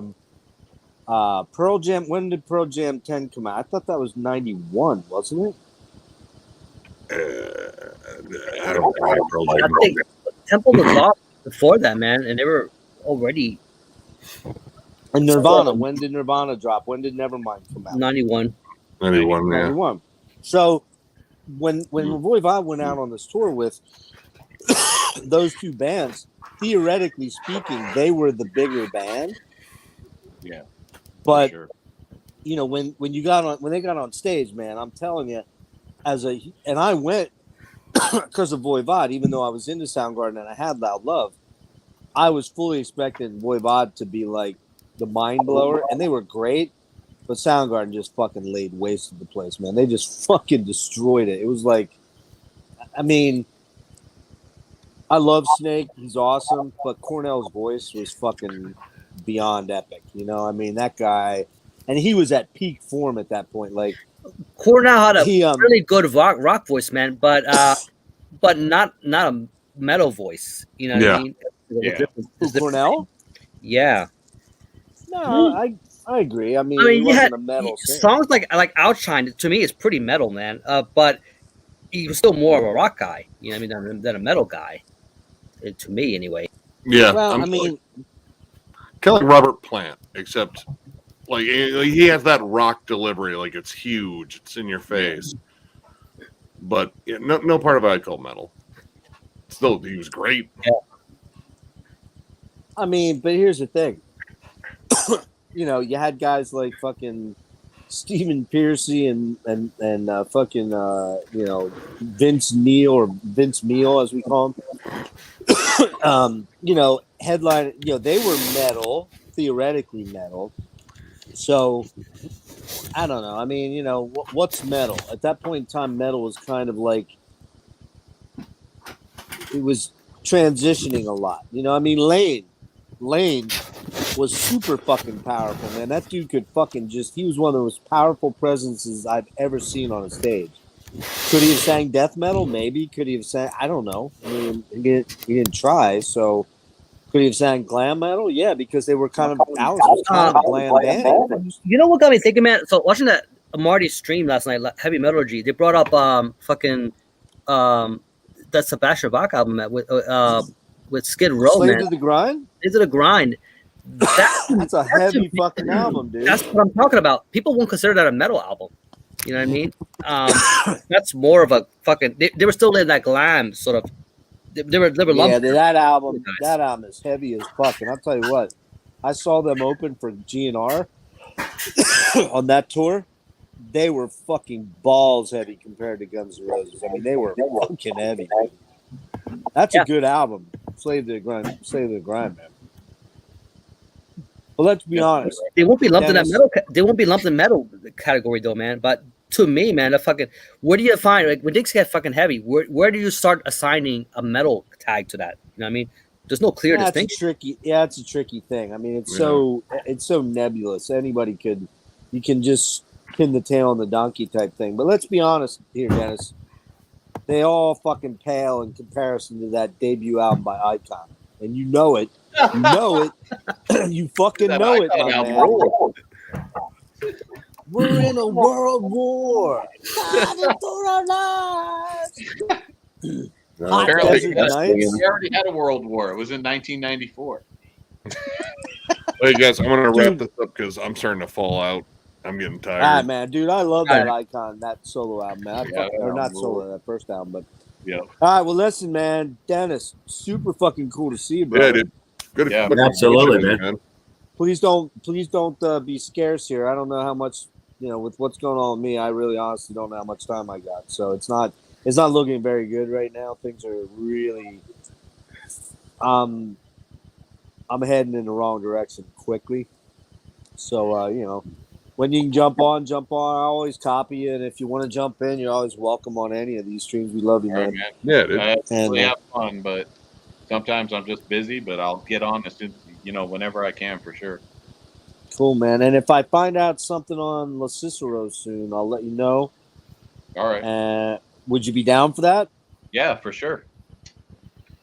So we'll kick that around. And Devin, thanks for joining me tonight on the stream. Nick, thanks for hosting this tonight. Chuck? Not a problem. Thank you guys for joining me. Chuck, I'm sorry it came in like at the end. But that's all right. That's all right. Continue on, Devin. Continue. Yep. Chuck, bone up on your skating lingo, bro. Roller skates, inline skates. What else is there to know? That's all there is. Skateboarding, right? That's all you need to know, man. All right. Skating away on the. Just one more thing, Dennis, man. Having your kid on, man, it's fucking amazing, man. He's such an awesome dude. Yeah, sure. The only time I was bummed out was when he went to go take a piss, but he brought back something, man. He did not disappoint. I was like, "Where's he going?" And then all of a sudden, he comes back with the Heathen. I had to get a bonus record. I know. Right after that, I was on fucking Discogs. So like, okay, I gotta fucking check this thing out, man. Wait, what do you bring back? He brought back that Heathen album. The first Heathen. Okay, I must have missed that. Wow. All right, guys. All right. You guys all fucking rule. Catch y'all later. Thank you for All right. joining me. Peace. Oh, Absolutely. All right, man. Later. All right. Later, Night. guys. Later, dudes. See ya. See ya. Peace. Why are we still here? Oh, because I'm closing it down. What? Okay. End broadcast. Why is it? Hold on.